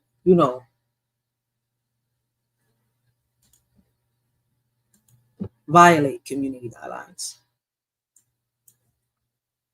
To be taken down. These are the most notorious videos deleted from YouTube, ranked from the least to the most shocking reasons. All right, so before we do that, we gotta switch you. Come on. Videos cause so much trouble, they have to be taken down. These are the most notorious. So let's pause this real quick. I am gonna do this real quick because YouTube be messing with a shorty a lot. They be trying to take my videos. Hold on 1 second. Copyright disclaimer. Under Section 107 of the Copyright Act of 1976, allowance is made for fair use for the purposes such as criticism, comment, news reporting, teaching, scholarship, education, and research. Fair use is a use permitted by copyright statute that might otherwise be infringing. Fair use allows limited use of copyrighted material without permission from the copyright holder for purpose such as criticism, parody, news reporting, research, and scholarships and teaching. Disclaimer. The views and opinions expressed on this video or any video, including the Writers for Life Brings You to Let's Talk About It podcast, do not reflects on the opinions of y'all shorty Rachel and the members of the Writer for Life podcast. Everything we talk about is allegedly and is our opinion. Our videos are not recommended for minors. Everything we talk about and do is meant for educational purposes and also entertainment. Please keep in mind that the majority of our videos are for educational purposes only. This world is crazy. I would say shady. Ironic, right? Nowadays, you can't trust no one. When you do, niggas be having their panties all in a bunch, thinking that they own one. Saying the things that you accomplished in life is theirs and that you owe them one.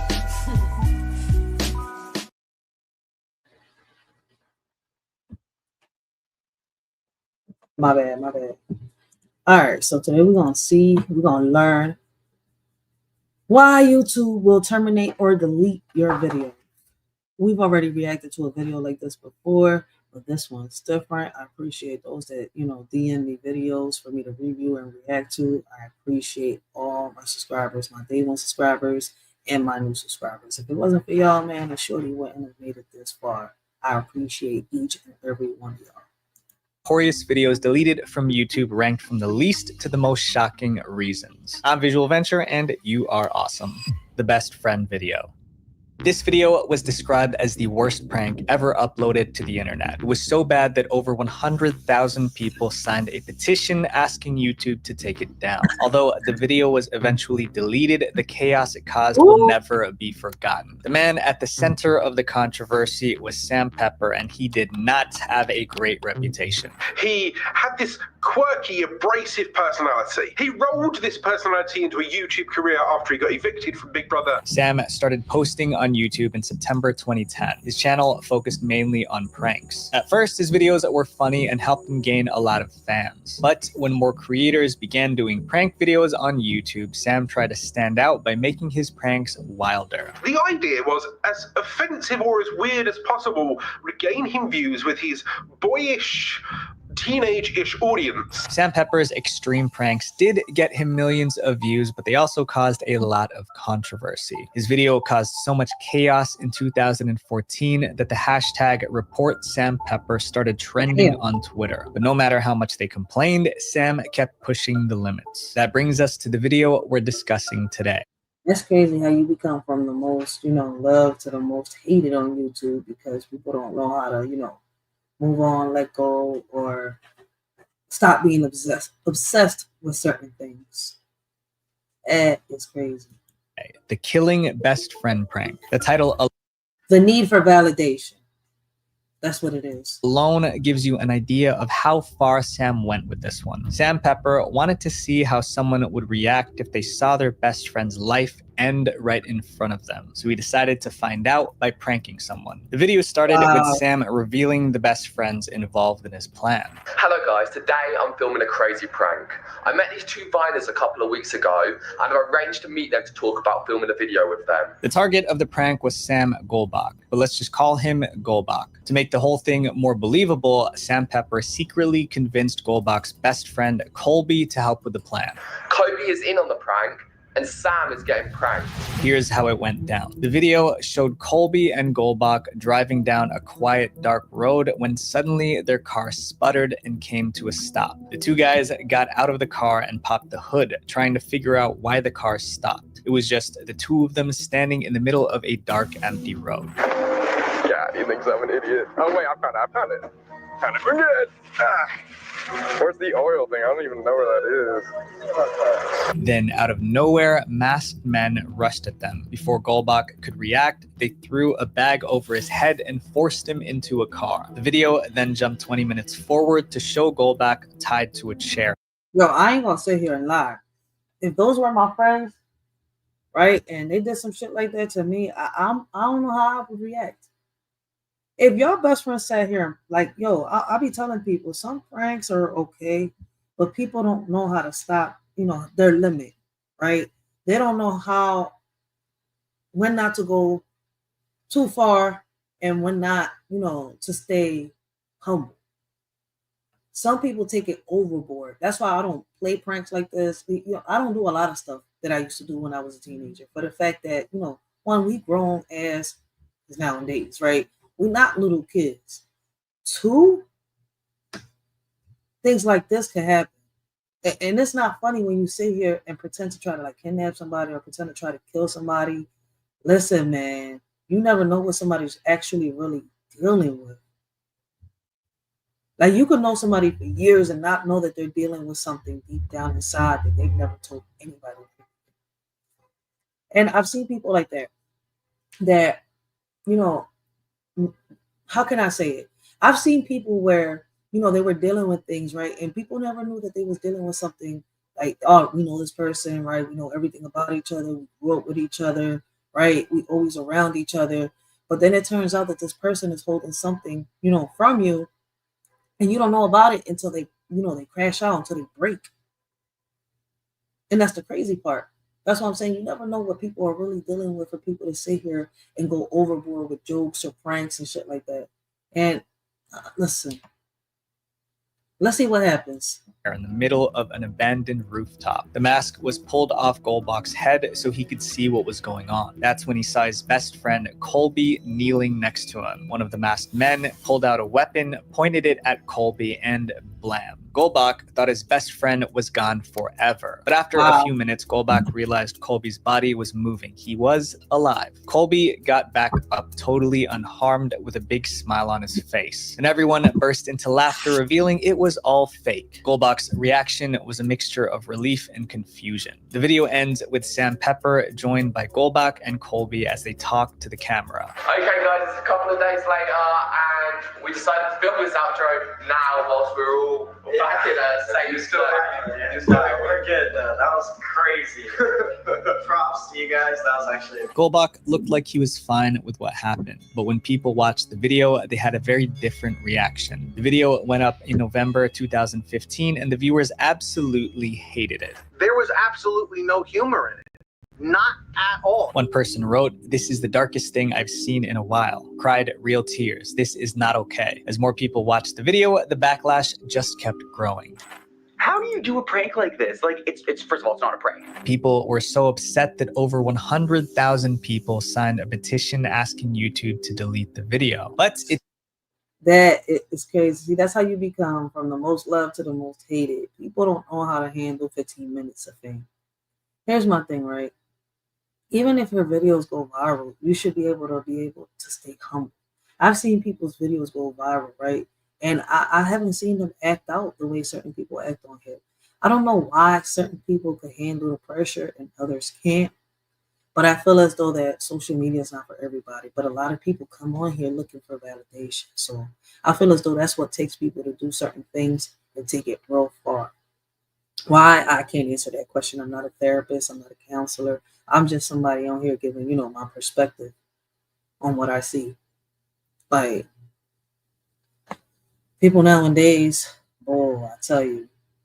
It didn't stop there. The petition asked YouTube to deactivate Sam Pepper's entire YouTube channel. Despite the backlash, YouTube stated that the video did not break any of its community guidelines and therefore will not be removed. Even the hacktivist group Anonymous got involved in the drama. The hackers demanded that Sam Pepper take down the video within 24 hours. Otherwise, they would unleash hell on him. As the backlash poured in, Sam Pepper defended his video, saying it's just shocking how everyone's taken it. Like he still didn't understand what was so wrong with what he did. Sam Pepper even started a GoFundMe campaign stating that he would delete his YouTube channel if $1.5 million was pledged to him. But eventually, Sam gave in to the pressure and deleted the video from YouTube, and everyone finally calmed down. But there's something important to consider about this best friend video. It might have been staged. In other words, the people who got pranked could have been part of the act all along. We know this because 3 months after this video, Sam admitted that all his controversial pranks were fake and filmed with the consent of everyone involved. Goldbach and Colby later confirmed this during an interview. most people don't believe me that was acting. They're still like, oh, he got traumatized. That was real.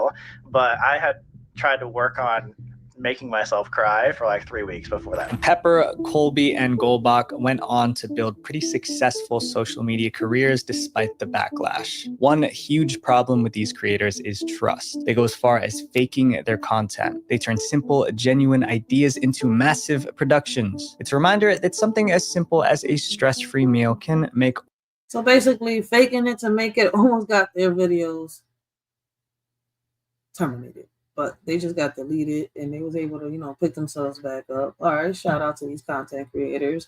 I mean, it's crazy, right? Like, here I can sit here and really honestly say that even though the viewers thought that it was real, it's like, listen, this is why I say that when it comes to YouTube, right, you don't know what's real and what's not. That's why I don't get into it at all anymore. Like before, I used to really leave comments and say this and say that, but it's like, it turns out that none of this shit is real. A lot of this shit is scripted, even though it seems like it's real.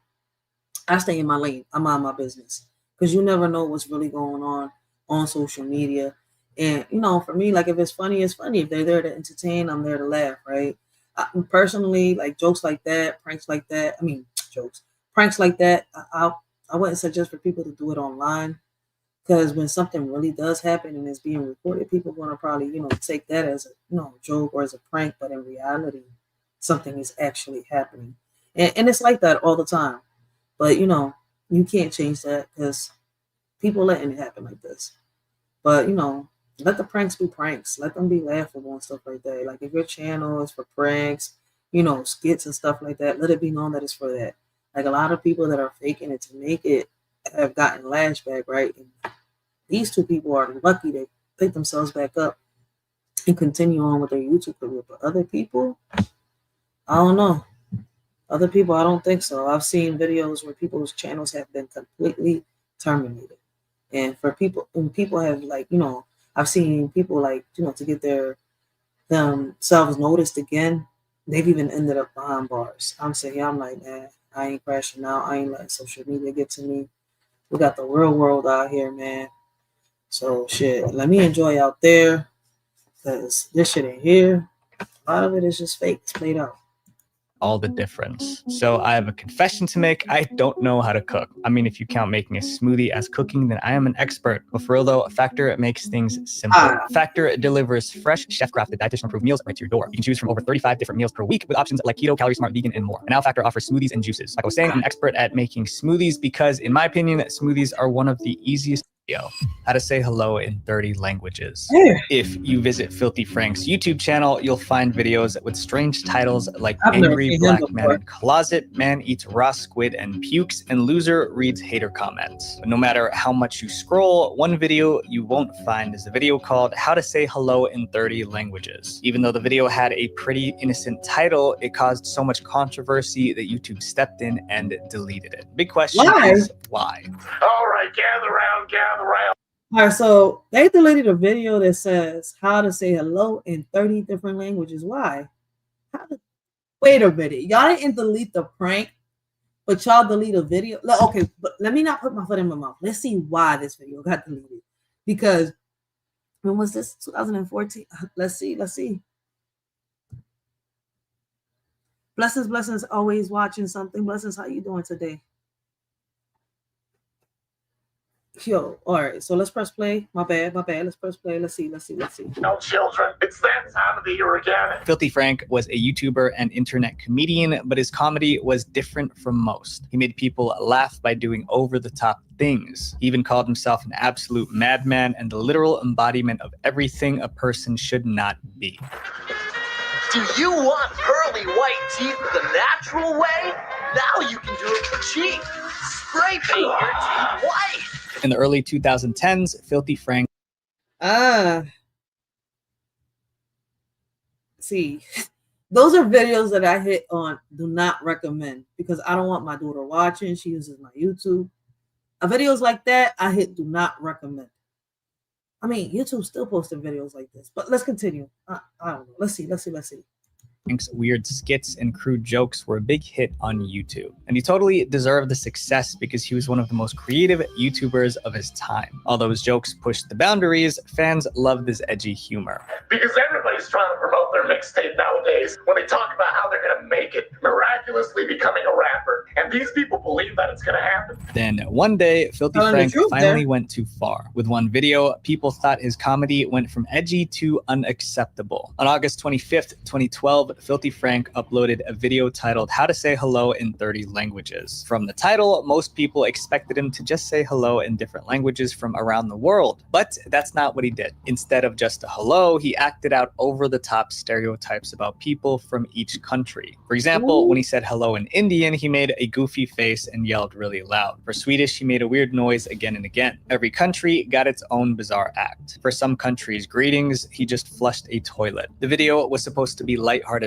fun, but some viewers didn't see it that way. They felt like it spread negative stereotypes and was disrespectful. For instance, when Filthy Frank did the Latino greeting, he acted like a criminal. YouTube eventually took down the video for violating its policies, especially regarding discriminatory content. The Filthy That's what it was. That's how it ended up being by. Okay, discriminatory content. That's why. I was over here wondering, like, wait, they're just pranks. Y'all didn't delete a prank where people thought that somebody was getting kidnapped, but y'all deleted this. Frank Wiki about the video says his video was removed due to him being racist and rude about countries. Although YouTube took down the video, you can still find it in other places online. A lot of people love this sense of humor, but his edgy style just wasn't for everyone. Now he's a successful musician under the name Joji, and his music is pretty good. This next video is... They ran him off of YouTube from doing comedy, and now he's doing music. Hey, at least he said, y'all ain't gonna knock me down. He still went. He said, no way in the world y'all knocking me off my hinges. He said, I'm going to continue. I'm good at what I do, and I'm going to show y'all. It's pretty iconic in YouTube history, and you guys might just remember it. Leave Britney Alone. One of the most emotional videos in YouTube history is the Leave Britney Alone video. But the reason it was deleted is very different from the others on our list. The video was posted in 2007 by a YouTuber named Chris Crocker. He was a regular 19-year-old living in Tennessee. But there was one thing that set him apart. Chris was obsessed with Britney Spears. He absolutely adored her. He was a super fan. Unfortunately, 2007 was a rough year for Britney. Throughout the year, Britney's life seemed like it was spinning out of control. She shaved her head, partied like crazy, and attacked the paparazzi with an umbrella. The media didn't cut her any slack. The tabloids posted embarrassing photos of her and made fun of her struggles. Britney Spears. She's bald. We've got this photo now from the X17online.com, and it appears to show the pop star shaving her own head. Britney's career also took a hit. She tried to make a comeback at the MTV Music Awards in September 2007, but her performance was a disaster. I'm not sure it's over for Britney, but yes, this performance was particularly painful for Britney Spears. Even her fellow celebrities didn't show her respect. I feel bad for her. She needs to be looked after. Well, if she wasn't a famous singer, she probably would be in care. 25 years old, and she's already accomplished everything she's going to accomplish in her life. Chris Crocker was tired of seeing Britney get picked on, so he decided to step in. He grabbed his camera and recorded a 2-minute video to fight off Britney's haters. He called it Leave Britney Alone. In the video, Chris lies under a sheet, sobbing uncontrollably. He goes on a rant, blasting the media and fans who were being mean to Britney. It's crazy how he got turned into a meme, though. Like, for real, for real. I mean, I don't know if he was having a breakdown or what, but I mean, it was funny for a minute until, you know, you start realizing that they're making fun of somebody that, you know, that is actually going through some type of mental health crisis, for real, for real. Like, this man literally broke down on camera over a celebrity, over somebody that I don't even know if Britney to this day has even noticed that this man went viral trying to, you know, speak up for her. For real. I really don't even know. I don't know how, like, he was really a fan. You could really honestly say this is a fan. This is what you call a fan. I mean it. Anyone who has a problem with her, you deal with me. Because she's not well right now. She hasn't performed on stage in years. Her song is called Give Me More for a reason, because all you people want is more, more, more, more, more. The video gets even more emotional when Chris begs everyone to just give Britney some space, yelling, "Leave Britney alone," again and again. Leave Britney alone! Damn. Please. Even though Chris wasn't famous, his video somehow took off and went viral. Within the first 24 hours of its posting, the video accumulated over 2 million views. It was ranked one of YouTube's fastest climbing videos and later became the second most discussed video. That shit is crazy when defending a celebrity fails. Of all time on the site. There was just one problem. Chris's passionate video did not achieve the desired effect. Instead of people leaving Britney alone, they began mocking Chris. Leave Britney alone! Please! Chris, who was only a teenager at the time, became the target of countless jokes. The phrase "leave Britney alone" turned into a meme used by talk shows, comedians, and people all over the internet. And I remember this there anyone out there make fun of Britney after all she's been through? The sudden attention made Chris famous. He tried to use his new status to break into acting and kickstart a music career. Unfortunately, he didn't have much success. In 2015, about 8 years after the video first came out, Chris made a big decision. He deleted the original Leave Britney Alone video along with his entire YouTube channel. Chris later hinted that the constant toxic comments and the drama after the video played a big role in his decision. After deleting the channel, Chris wrote on Facebook, "My mental health and focusing on positivity is most important." Although the original video disappeared when Crocker deleted his channel, the video was copied and shared so many times that it's still easy to find online. The next deleted video didn't just hurt people's feelings, it hurt them physically too. Happy slapping. Yeah. That case with Britney Spears, I ain't gonna forget it. I remember that John viral, and I remember the young girl too. It's a shame though, because social media could take a toll on you, man. And for that 15 minutes of fame that a lot of people was looking for, well, I feel as though I don't think it's worth it. But to a lot of people, it's like, I guess it means the world to them to have that 15 minutes of fame from YouTube. I feel as though it's not worth crashing out for it. Like, I know he was a fan, and a lot of fans go overboard, but damn. Like at one point he tried to exploit it, but he couldn't handle the pressure. In 2005, a series of videos called Happy Slapping Videos appeared on YouTube. Despite the name, there was nothing happy about them. Happy Slapping Videos followed a disturbing pattern. A random stranger might be waiting at a bus stop, walking through a park, or just going about their day. Suddenly, out of nowhere, someone would run up and slap them while a friend filmed the whole thing. The victim... Boy, I ain't gonna sit here and lie. Like, I wasn't around. I mean, I probably was. I mean, let me rephrase all this that I'm saying. I'm balling myself up. Let somebody walk up to me and slap me. Like, boy, man, I know I'm only 4'11", but shit, I be feeling like I'm Shaquille O'Neal. Now, you got me. You think you're gonna sit here and slap me around? What? I don't care if it's for a prank, a joke, a skit, man. Listen.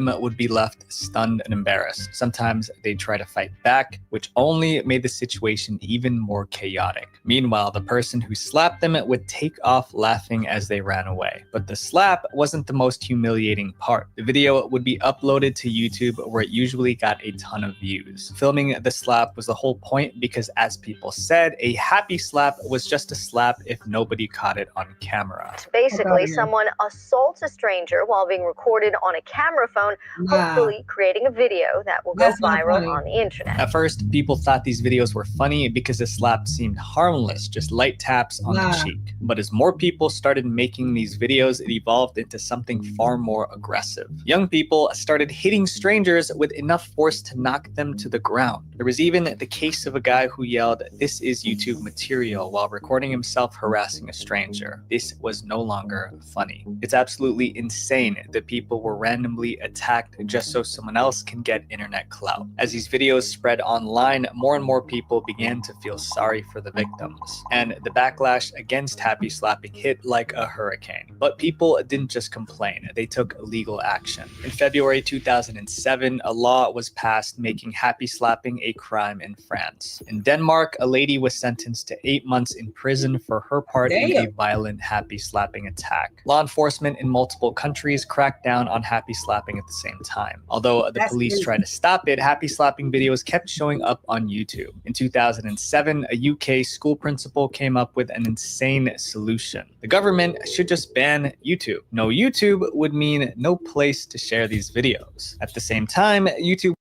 That's crazy, because Australia is trying to ban, the fact of 16-year-olds trying to get on the internet. And I don't think that's a bad idea. But see, then if they got little businesses and little careers, it kind of messes them up.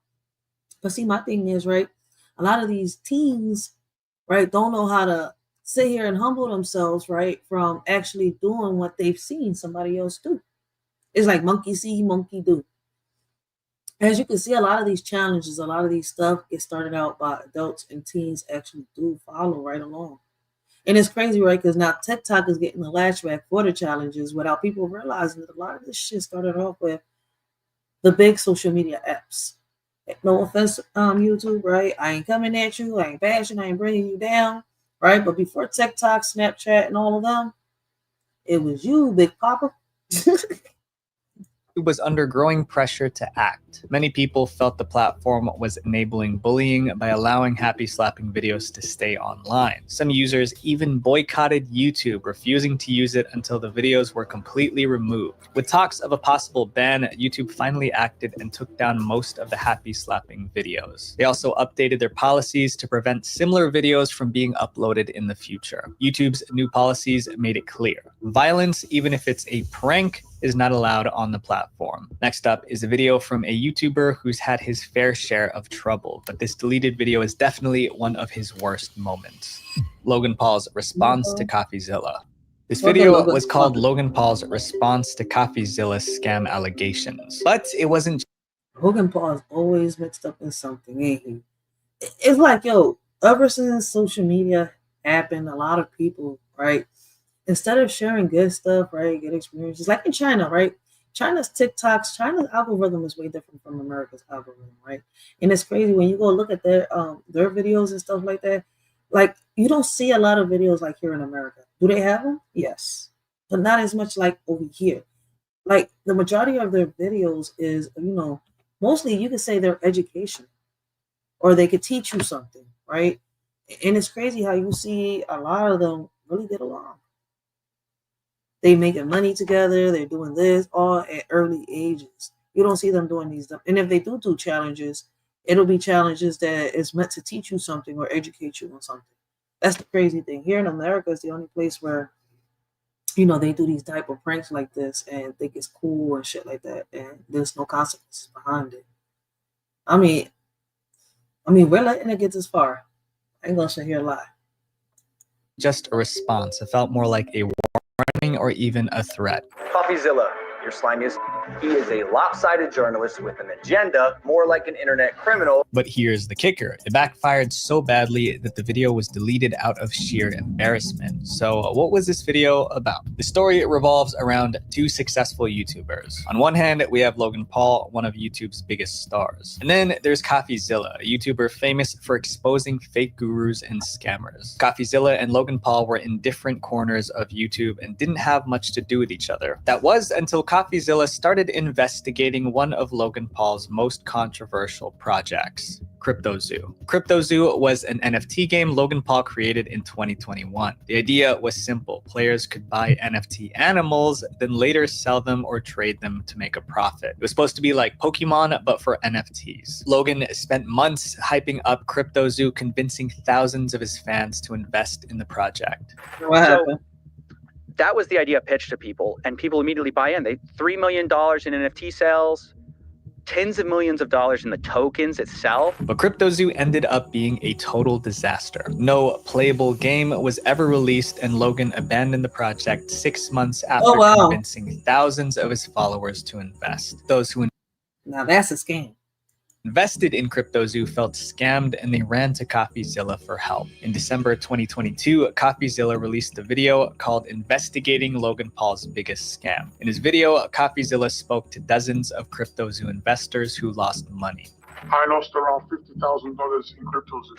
I lost $40,000. I lost around 15,000 US dollars. I lost $25,000. But the most damning part of that's crazy. These people was putting racks on top of racks on this crypto, and they wasn't even for sure if it was legit.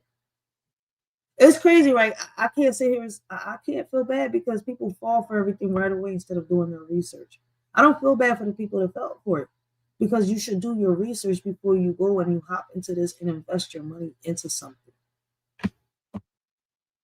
Part of Coffee's video was when he shared evidence suggesting that CryptoZoo might have been a scam from the start. CoffeeZilla's video was a huge blow to Logan Paul's already shaky reputation, and it hurt his ego. In an attempt to defend himself, Logan recorded a fiery 7-minute response video. That brings us to the video we talked about earlier, Logan Paul's response to CoffeeZilla's scam allegations. From the first second of the video, Logan came out swinging. He said CoffeeZilla only investigated CryptoZoo to benefit himself, not to help the victims. CoffeeZilla. I watched her 3-part series called Investigating Logan Paul's Biggest Scam, and like many on this platform, you have successfully used my name for views and money. Then Logan tried to point out all the mistakes in Coffee's investigation. Your addiction to clicks has clouded your judgment, and you've made very real errors with very real repercussions. He is a lopsided journalist with an agenda. When Logan wasn't criticizing CoffeeZilla, he acted like the victim, blaming other people for CryptoZoo's failure. Had rats under my nose, stole the game code, millions of dollars, and left Jeff and I abandoned with no team and knives in our back. I guess that's what I get for trusting the team that I relied on to vet and manage Eddie's hiring process, who has turned out to be a professional con man. But the worst part of Logan's response was when he threatened to sue CoffeeZilla. I suggest you use the money you got from pumping your Patreon to hire a good lawyer. You're gonna need it. We're gonna handle this ourselves while we continue to build CryptoZoo, and I'll see you in court. Instead of helping his case, Logan's response ruined his reputation. He came off as cocky and defensive, which made him look guilty. It seemed Logan was more interested in attacking CoffeeZilla than helping those who lost money in CryptoZoo. Before long, other YouTubers made videos mocking Logan for threatening to sue CoffeeZilla. I have even less faith in you to make good choices. This doesn't discredit anything. At all, actually. This just makes you look worse.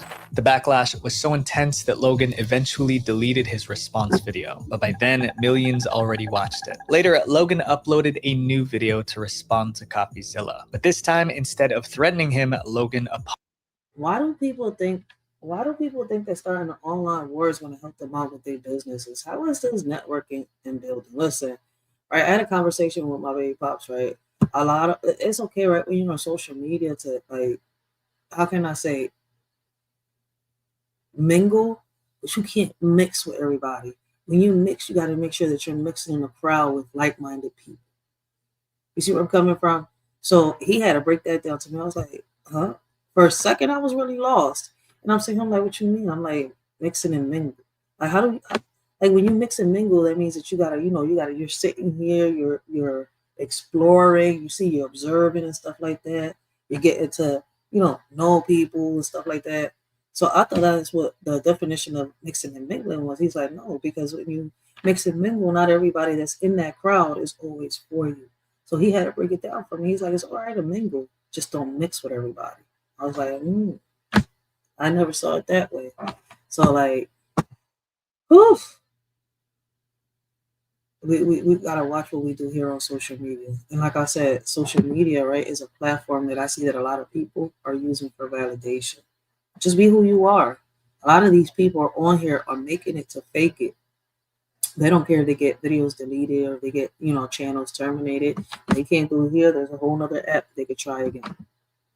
Apologize. CoffeeZilla is not a criminal. I called him. I apologized. My initial response to his series was that of fire and ego. Logan also promised to fix CryptoZoo and make things right for everyone who lost money. In January 2024, he announced a $2.3 million buyback program to repay CryptoZoo investors. It was unfortunate how CryptoZoo turned out, but at least they gave us one of YouTube's most notorious deleted videos. Sometimes YouTubers get so excited they don't stop to think about how their videos might impact others. That's exactly. Can't make money in the middle of war. I keep saying it, like, man, just be you. If you're on here, you came on here to do something, do that. Right? Don't portray to be this, don't portray to be that. Don't fake it to make it. Because listen, a lot of people don't like that fake to make shit. That's how a lot of people's YouTube careers have been, gone down the drain. But it's their decision, their fault, because of the choices they've made. I don't know why people keep thinking that, all these pranks and all this bullshit, taking it to the left, right, is going to get somebody somewhere. It is not. It's like the channels that you want to go watch where, roasting used to be fun at, is like it's not even fun no more because now It's not roasting no more. It's more like it's arguing. People talking on top of each other. That's why it's like, yo, I stopped watching a lot of people. I stopped watching a lot of content creators because it's like, whoa, when did it get to this? Like, this sucks. But apparently, a lot of people like that. A lot of people like, you know, putting some headphones on like this, like I do, like I be majority of the time, right? And hearing a crowd of people in their head. Listen, I don't like that. I'm good. So a lot of channels are turning out to be like that. Like, roasting isn't roasting once again. It's like disrespect in the channel. And listen, a lot of people is like, what's the point? Like, you don't like the jokers ain't joking no more. Like, people out here disrespecting. Like, shit ain't the same no more. And these challenges and stuff like that, unless it's a challenge that's going to get somebody somewhere or it's going to benefit something or it's going to teach something, I don't see the point of even starting it. Once again, like I said, like I came on here with a goal and a purpose. I'm bringing awareness to a lot of things, man. And like I said, like I understand when a lot of people are saying that, you know, like we have to be careful and observe the channels that we, you know, get into because, like I said, like, you know, I had to learn the hard way. A lot of people are on here faking it to make it. So we have to be careful too, not get caught up in these type of crowds. Like, there'll be people out here that know that you're trying to, you know, do something different, build something different, and they'll hit you with try to do this, try to do that, and you don't even know that can get your channel terminated. So you have to be careful. That's why, listen, man, I don't go on no beef on these genres. I don't do none of that shit on here. I don't see the point of it, especially risking everything that you're working for. I'm somebody that likes bringing awareness to a lot of situations that are going on in our community, right? And seeing myself, you know, doing things that are not real or scripting something out. I can't see myself doing it because it's like, how can I say it? It's like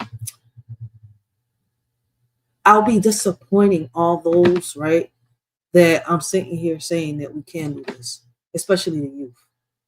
I'm not as worried for the adults, right? Because for some reason, listen, the adults, you know, their minds are already made up. They grown, right? You can't tell them what to do. But the kids, you can help them. You can guide them into, you know, a better path. So like I said, I'm on here on that purpose. So I bring awareness to a lot of things. I bring up a lot of topics. I bring up, you know, current news. I review, I react, right? I don't come on here unless I got to say something. That's why y'all don't see me on here every day. What's the point? If I don't got something to say, I don't see the point of going live for what? To just stare at the screen and see how beautiful I am? I know I'm beautiful. I don't got to sit here and stare at the screen and let thousands of people watch me for that, man. Now, if I got something to say, I'll hop on this joint and say it. But people are taking it overboard with, you know, shit just for clicks and views, just to get a couple pennies on YouTube or Snapchat or TikTok. Whatever app is paying them, they'll sit here and they'll go overboard. It's like they can't see that people are starting to like certain things, right? That they'll sit here and like, oh, what can I do next? How much more of a shout out thing do I have to do for the, you know, for me to get these many? Man, I'm good. I ain't selling my soul. I'm not selling my soul. Exactly what happened in our next deleted video. The PewDiePie sign. PewDiePie is one of the most popular YouTubers in the world, but even his massive popularity couldn't stop YouTube from deleting one of his videos in 2017. Just 1 month earlier, in December 2016, PewDiePie became the first YouTuber to reach 50 million subscribers. Also, we gained 50 million subscribers. At that point, he was making around $14 million a year from ads and sponsorships. Huge brands like Disney were collaborating with him, and he was about to release the second season of his show, Scare PewDiePie. Life was great for PewDiePie, but all the success came with pressure. To keep his 50 million subscribers entertained, PewDiePie needed to post exciting videos regularly. If he slowed down or put out boring videos, it could keep him from growing. You know, even though it might not seem like it, I really care about every single video I make. I make sure it's the best it can be. I do daily content after all. Just weeks after. Yeah, but see, that's the messed up part about it here on TikTok, right? I mean, on TikTok, not TikTok, YouTube. Shit, I like TikTok because on TikTok, you don't lose your subscribers if you're not on live every day, right? You could just upload videos here. I could be like 2-3 weeks, maybe a month, 2 months, and I still got my subscribers there. A lot of them watching my videos. A lot of them, when I do pop up on a live, watch my live. But on YouTube, motherfuckers, unless you're doing something crazy or outlandish, right? Like a lot of people be like, oh no, it's no beef. It was just that one time this person replied and they was just having some bars, and they'll sit here, they'll subscribe. If you're not there constantly doing the dumb shit, people unsubscribe. That's why I don't listen, man. When people are like, I don't pay attention to the subscribers. What's the point? Some of them get on here thinking there's going to be bullshit, drama, and this and that. And when they notice that it's, something positive, something motive, they end up unsubscribing. So it's like a wave. Phew, phew, phew. I don't pay attention to that. Like, listen, man, I'm not everybody's cup of tea, right? My videos are going to hit who they have to hit when they have to hit. That's it. It's that simple. And that's the whole point of it. We bring awareness to a lot of situations. I've had people come on panel, and I appreciate those people that have come on panel, right? So that's the whole purpose of this.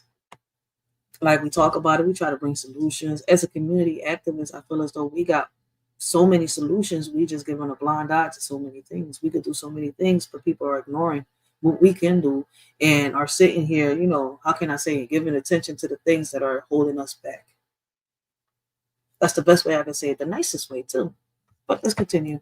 After hitting 50 million subscribers, PewDiePie came up with a dumb video idea that almost ruined his career. PewDiePie decided to make a video where he would check out strange services available on the internet to show how crazy the modern world is. To find online services, he went on Fiverr, which is a website with thousands of freelancers. There's a website called Fiverr where you basically can ask anyone for anything for $5.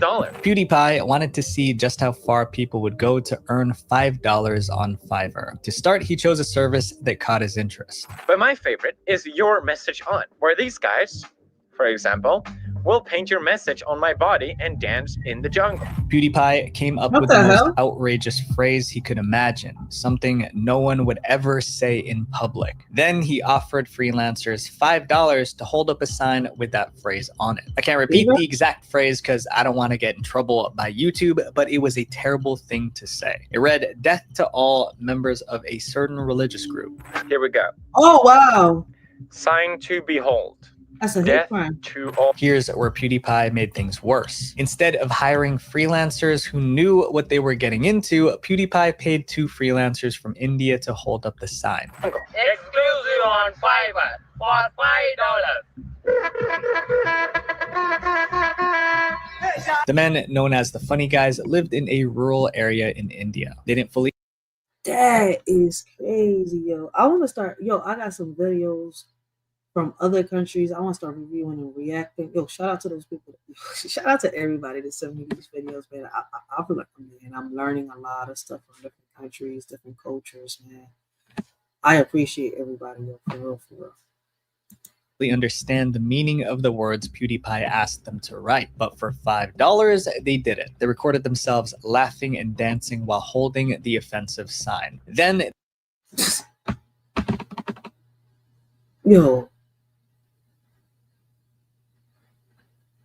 The things people will do for clout. I mean, do they get paid a lot of money out here, like in other countries like that, to do things like this too? What would make them want to do things like this? I didn't even know there was a website called fever.com that, people did things like that. That is, the things you learn. I mean, I know we got an underground website. Underground websites and stuff like that, but which are considered dark webs. But damn. They sent the video to PewDiePie and received their $5. They did it. In January 2017, PewDiePie shared the video on YouTube. He expected his fans to laugh at what people would do for $5, but they didn't find it funny at all. News outlets around the world picked up the story, accusing PewDiePie of promoting violence. Reporters dug up other controversial videos. Damn, he ended up in Law and Order? On PewDiePie's channel, including one that showed a man dressed as Jesus saying Hitler did absolutely nothing wrong. But PewDiePie wasn't the only one getting criticized. The Fiverr freelancers from India who held up the sign were also in trouble. Fiverr.com was created by Israelis, and PewDiePie's sign was a direct insult to their people. To punish the Oh, wow, that's messed up. He made them talk trash about his own people. I just realized that. Yo, there's probably deep consequences behind their actions. Why would they sit here and put something up that they don't understand? That's why I'm asking, like, do they get paid on their social media a lot of money in these other countries and stuff like that? Because I wouldn't have done it. But they're not me. Indian freelancers, Fiverr banned their accounts, preventing them from getting any freelance jobs on the platform. Desperate, the Indians made an apology video saying that they didn't know what the message on the sign meant. Extremely sorry for the mistake we have made in the video. Please forgive us. We really don't know what the message meant while making the video. They also said that losing their Fiverr accounts took away their main source of income. Everyone felt bad for them. Even PewDiePie tried to help them get back on Fiverr. Now, PewDiePie on Twitter publicly reached out to them saying, at Fiverr, get them back their account. Please ban me. Yo, that's messed up. It was his fault that they got banned, but it was their fault too, because I wouldn't have did it. If I didn't know what I was showing the world, I'm not doing it. So if they didn't know how to read English, they shouldn't have done it. That's crazy. Knowing how their country is? Wow.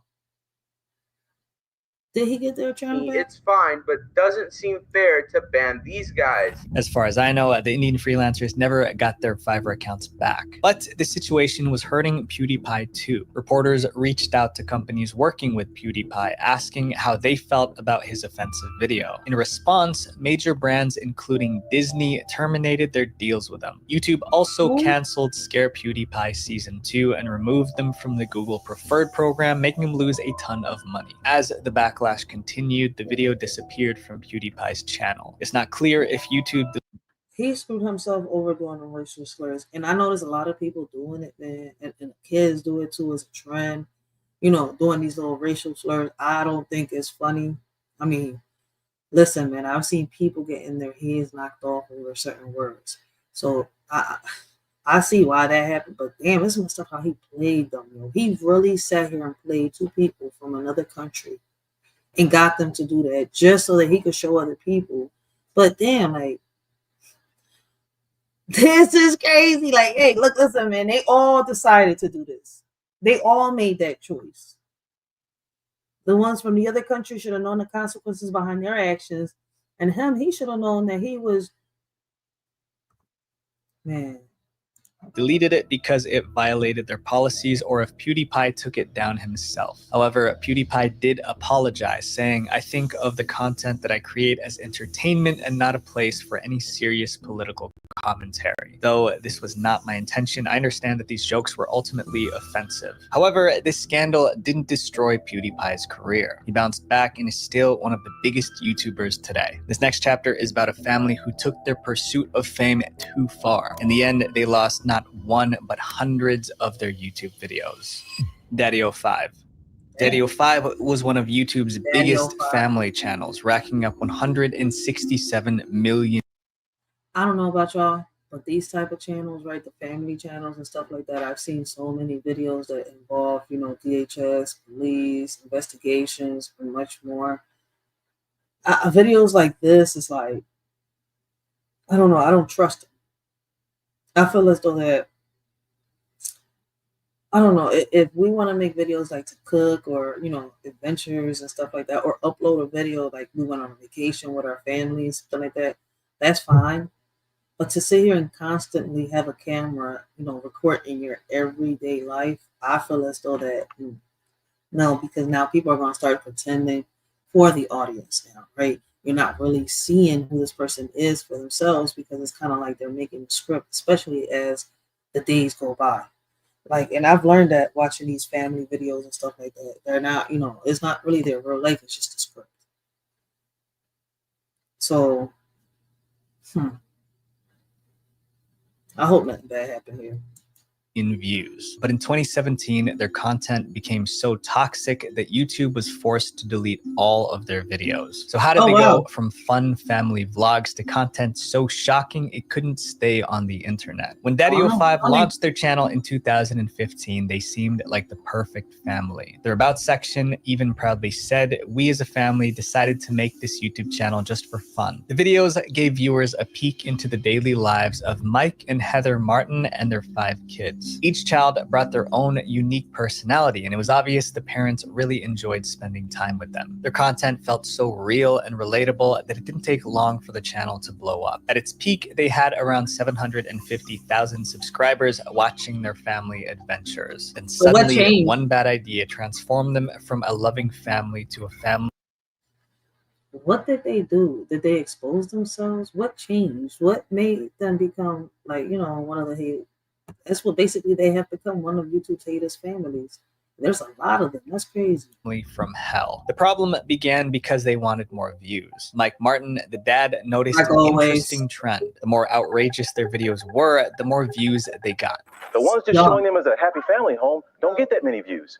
But when they push the envelope, when they use the profanity, when they have fights and arguments, they see those get those clicks, and they kept trying to push the envelope, and they lost their way. To get more views, Mike Martin set out to make the most chaotic and offensive family videos on YouTube. And that's when things went downhill. Daddy05 needed to make shocking content, and they came up with a perfect way to do that. They would prank the kids. But these weren't the kind of pranks you would expect. Instead of lighthearted jokes, they often involved yelling, swearing, and sometimes got physical. What are you doing? What the did you just do to her dick? As Daddy05 became more popular, the pranks became... To her what?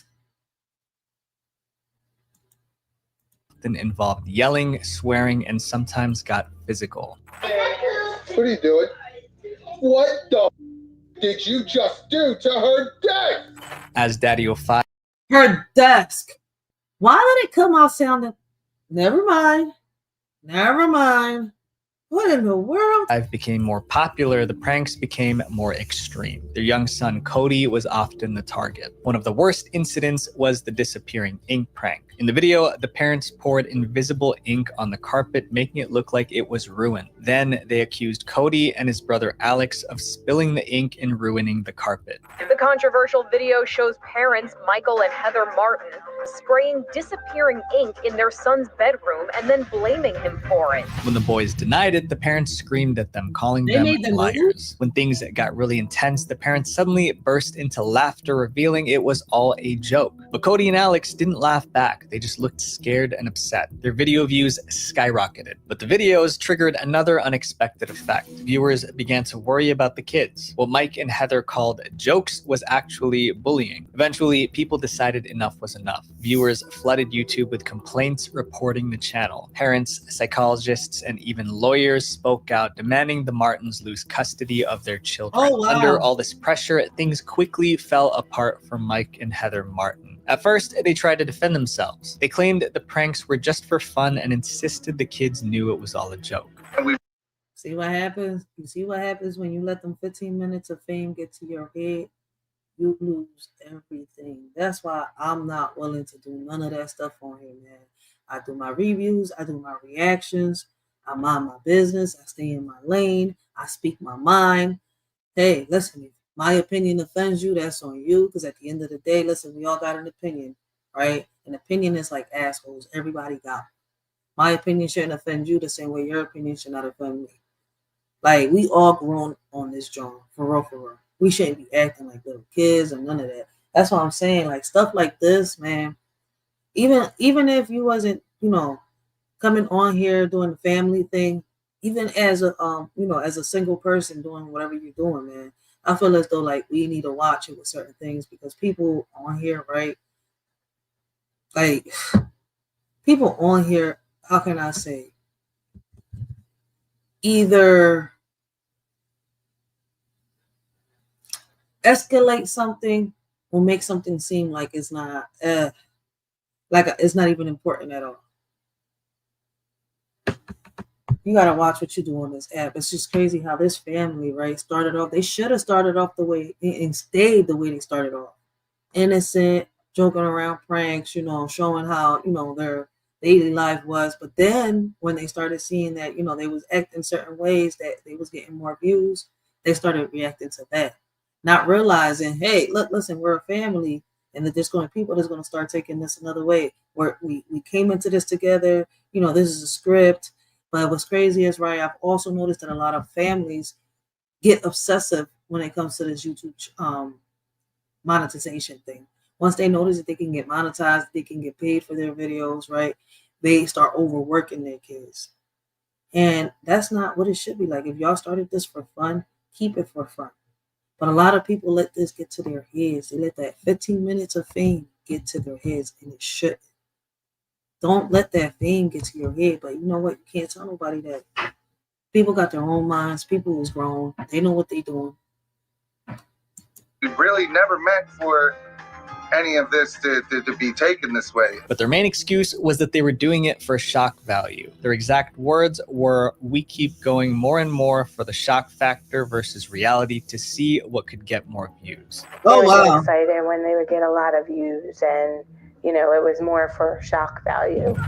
You're about to lose your kids. Would you lose your kids over some fame, over some YouTube? It doesn't matter what the situation is. I'm not willing to lose my kids over no social media fame. You got me up for real, for real. I'm not willing to crash out and lose everything I love over this shit. Man, sometimes we have to learn how to pick our battles, man. Y'all should have kept doing what y'all was doing in the beginning. Stop doing that. Because what's crazy is that a lot of people, especially your haters, will sit here and try to go out their way to bring you down and knock you off your hinges. But the backlash kept growing. Eventually, the Martins removed their most controversial videos and posted a tearful apology. They even hired a crisis consultant to help them deal with the fallout from the videos. But the damage was done, and nothing would ever be the same for the Daddy-O5 family. In August 2017, Mike and Heather were arrested for how they treated the kids on their YouTube channel. To avoid jail time, they took a plea deal and were sentenced to 5 years of supervised probation. That same year, a court ordered that Cody and Emma, the youngest children, be removed from the Martins' home and placed with their biological mother. The Maryland couple who famously pranked their children for their YouTube channel has lost custody of 2 of the 5 children in the home. In July 2018, YouTube took the final step, deleting all of the Daddy-O5 videos and permanently banning the channel. This next deleted video caused so much drama, it made some people...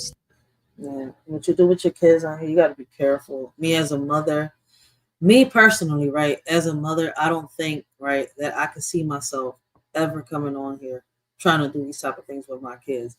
Man, I'll come on here, like if my daughter wants to do like an SMR, right, with the slime, or if she wants to cook something and show the world something she learned, and we can get on there for that.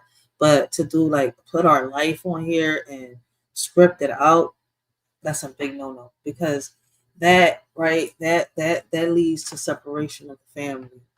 It leads for validation. And me personally, I'm not looking for validation, right? Like, I put my videos on here, right, hoping, you know, that it hits who it has to hit, right? I listen, how can I put this into words? If I'm going to come viral for something, let it be because it's me doing something that I came on here doing.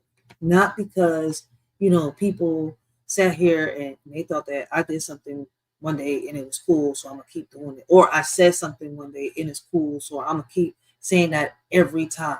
No.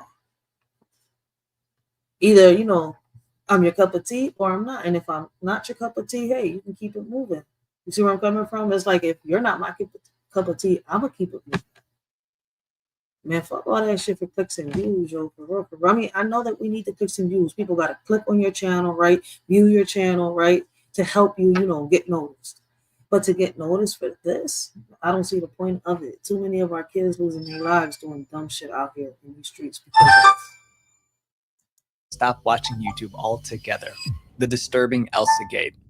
A few years ago, YouTube was under a lot of backlash. The only way they survived was by deleting hundreds of videos. Those deleted videos were called the Elsagate videos, and this is the dark story behind them. Between 2016 and 2017, weird thumbnails like these started popping up on YouTube. At first glance, you see familiar faces like Elsa from Frozen and Spider-Man. But if you pay attention to the titles and how they're posing, you realize something's off. Anyone who clicked on these thumbnails was in for a nasty surprise. Instead of fun, kid-friendly content, the videos showed disturbing and straight-up creepy scenes. There was an episode where I saw a popular character, and I think it was Peppa Pig again, they'd actually set fire to a house with one of the other characters in it. Some videos showed Elsa and Spider-Man with huge needles acting out bizarre hospital scenes. Others showed Peppa Pig crying or being chased. Some videos even showed cartoon characters doing intimate things that are not suitable for kids to watch. Peppa Pig drinking bleach. Those are just some of the troubling videos that slipped through the filters. The problem was that there wasn't just one or two videos like this. There were thousands on YouTube, and some children couldn't tell the difference between these creepy cartoons and their regular kids' cartoons. She was not aware. She was not aware. She thought it was Peppa Pig. She just wanted me to not take it away from her because she was engrossed in what the video was. This disturbing trend became known as ElsaGate. The name came from Elsa, one of the main cartoon characters in these videos, and the word gate, which is a term used to describe major scandals. But that doesn't answer the biggest question. Why would anyone create such weird videos using popular cartoon characters? Some content creators figured out that using famous kids characters like Elsa. My bad, I had to answer a call, so I'm gonna pause right here real quick, right? This is something we've been bringing awareness for the longest, right? Me personally, like I tell people, right, I got my YouTube channel, right, like this one right here, my premium, right, and I have my daughter use this channel so that she could watch her video, so that way I can keep a history and I know what she's watching. If I see that there's a video that, you know, she shouldn't be watching, I sit here and I could unrecommend and I let them know why. Like, there is a lot of videos on here, especially on YouTube Kids, right? I don't have her on YouTube Kids no more because for some reason, I don't know what's going on, but videos in there still slide in. And it's like, what's the point? You still see things on YouTube Kids that, you know, you see on regular YouTube. And what's crazy, on regular YouTube, they'll sit here and ask you a little question saying if you're 18 and over. On the YouTube Kids, that doesn't ask you that. So there's a lot of videos that a lot of people are uploading using, you know, using YouTube Kids for some reason when they should be using the regular YouTube. And our kids are being able to watch these things. So these videos have been surfacing for the longest. A lot of parents haven't paid attention because it look like, you know, little kids things until you start hearing what they say. Like, they act too grown up. They talk real grown up. Like, it'll be more, if anything, these would be like little skits for adults, not for kids. Or little videos for adults, not for kids. Weird to say it, like the Simpsons or Family Guy or something like that. Kids should not be watching these type of videos, but for some reason, they end up being on YouTube Kids. They end up either deleting, terminating the channels and stuff like that, but they're still being uploaded through other channels. Some way, somehow, they find a way. Or Spider-Man could bring in tons of views. And with those views came big money from ads. By making videos that were purposely shocking or weird, they could take advantage of kids' curiosity and the fact that they often watch videos over and over. To make as much money as possible, they pumped out these videos fast. Each video would rake in hundreds of thousands or even millions of views, which meant more money in their pockets. These videos were low quality and didn't follow real stories, just random, unsettling moments. It's like, this stuff is crazy. It's weird. I didn't even know about this. They dress up in these cartoons. They have little babies that are dressed up like Spider-Man or like Elsa. And like this scene keeps happening over and over again. Before long, everyone was talking about ElsaGate. Parents, teachers, and the media. The news called the videos nonsensically nightmarish and pretty twisted for children's content. Inappropriate videos have infiltrated YouTube Kids. One click, and it's down the rabbit hole.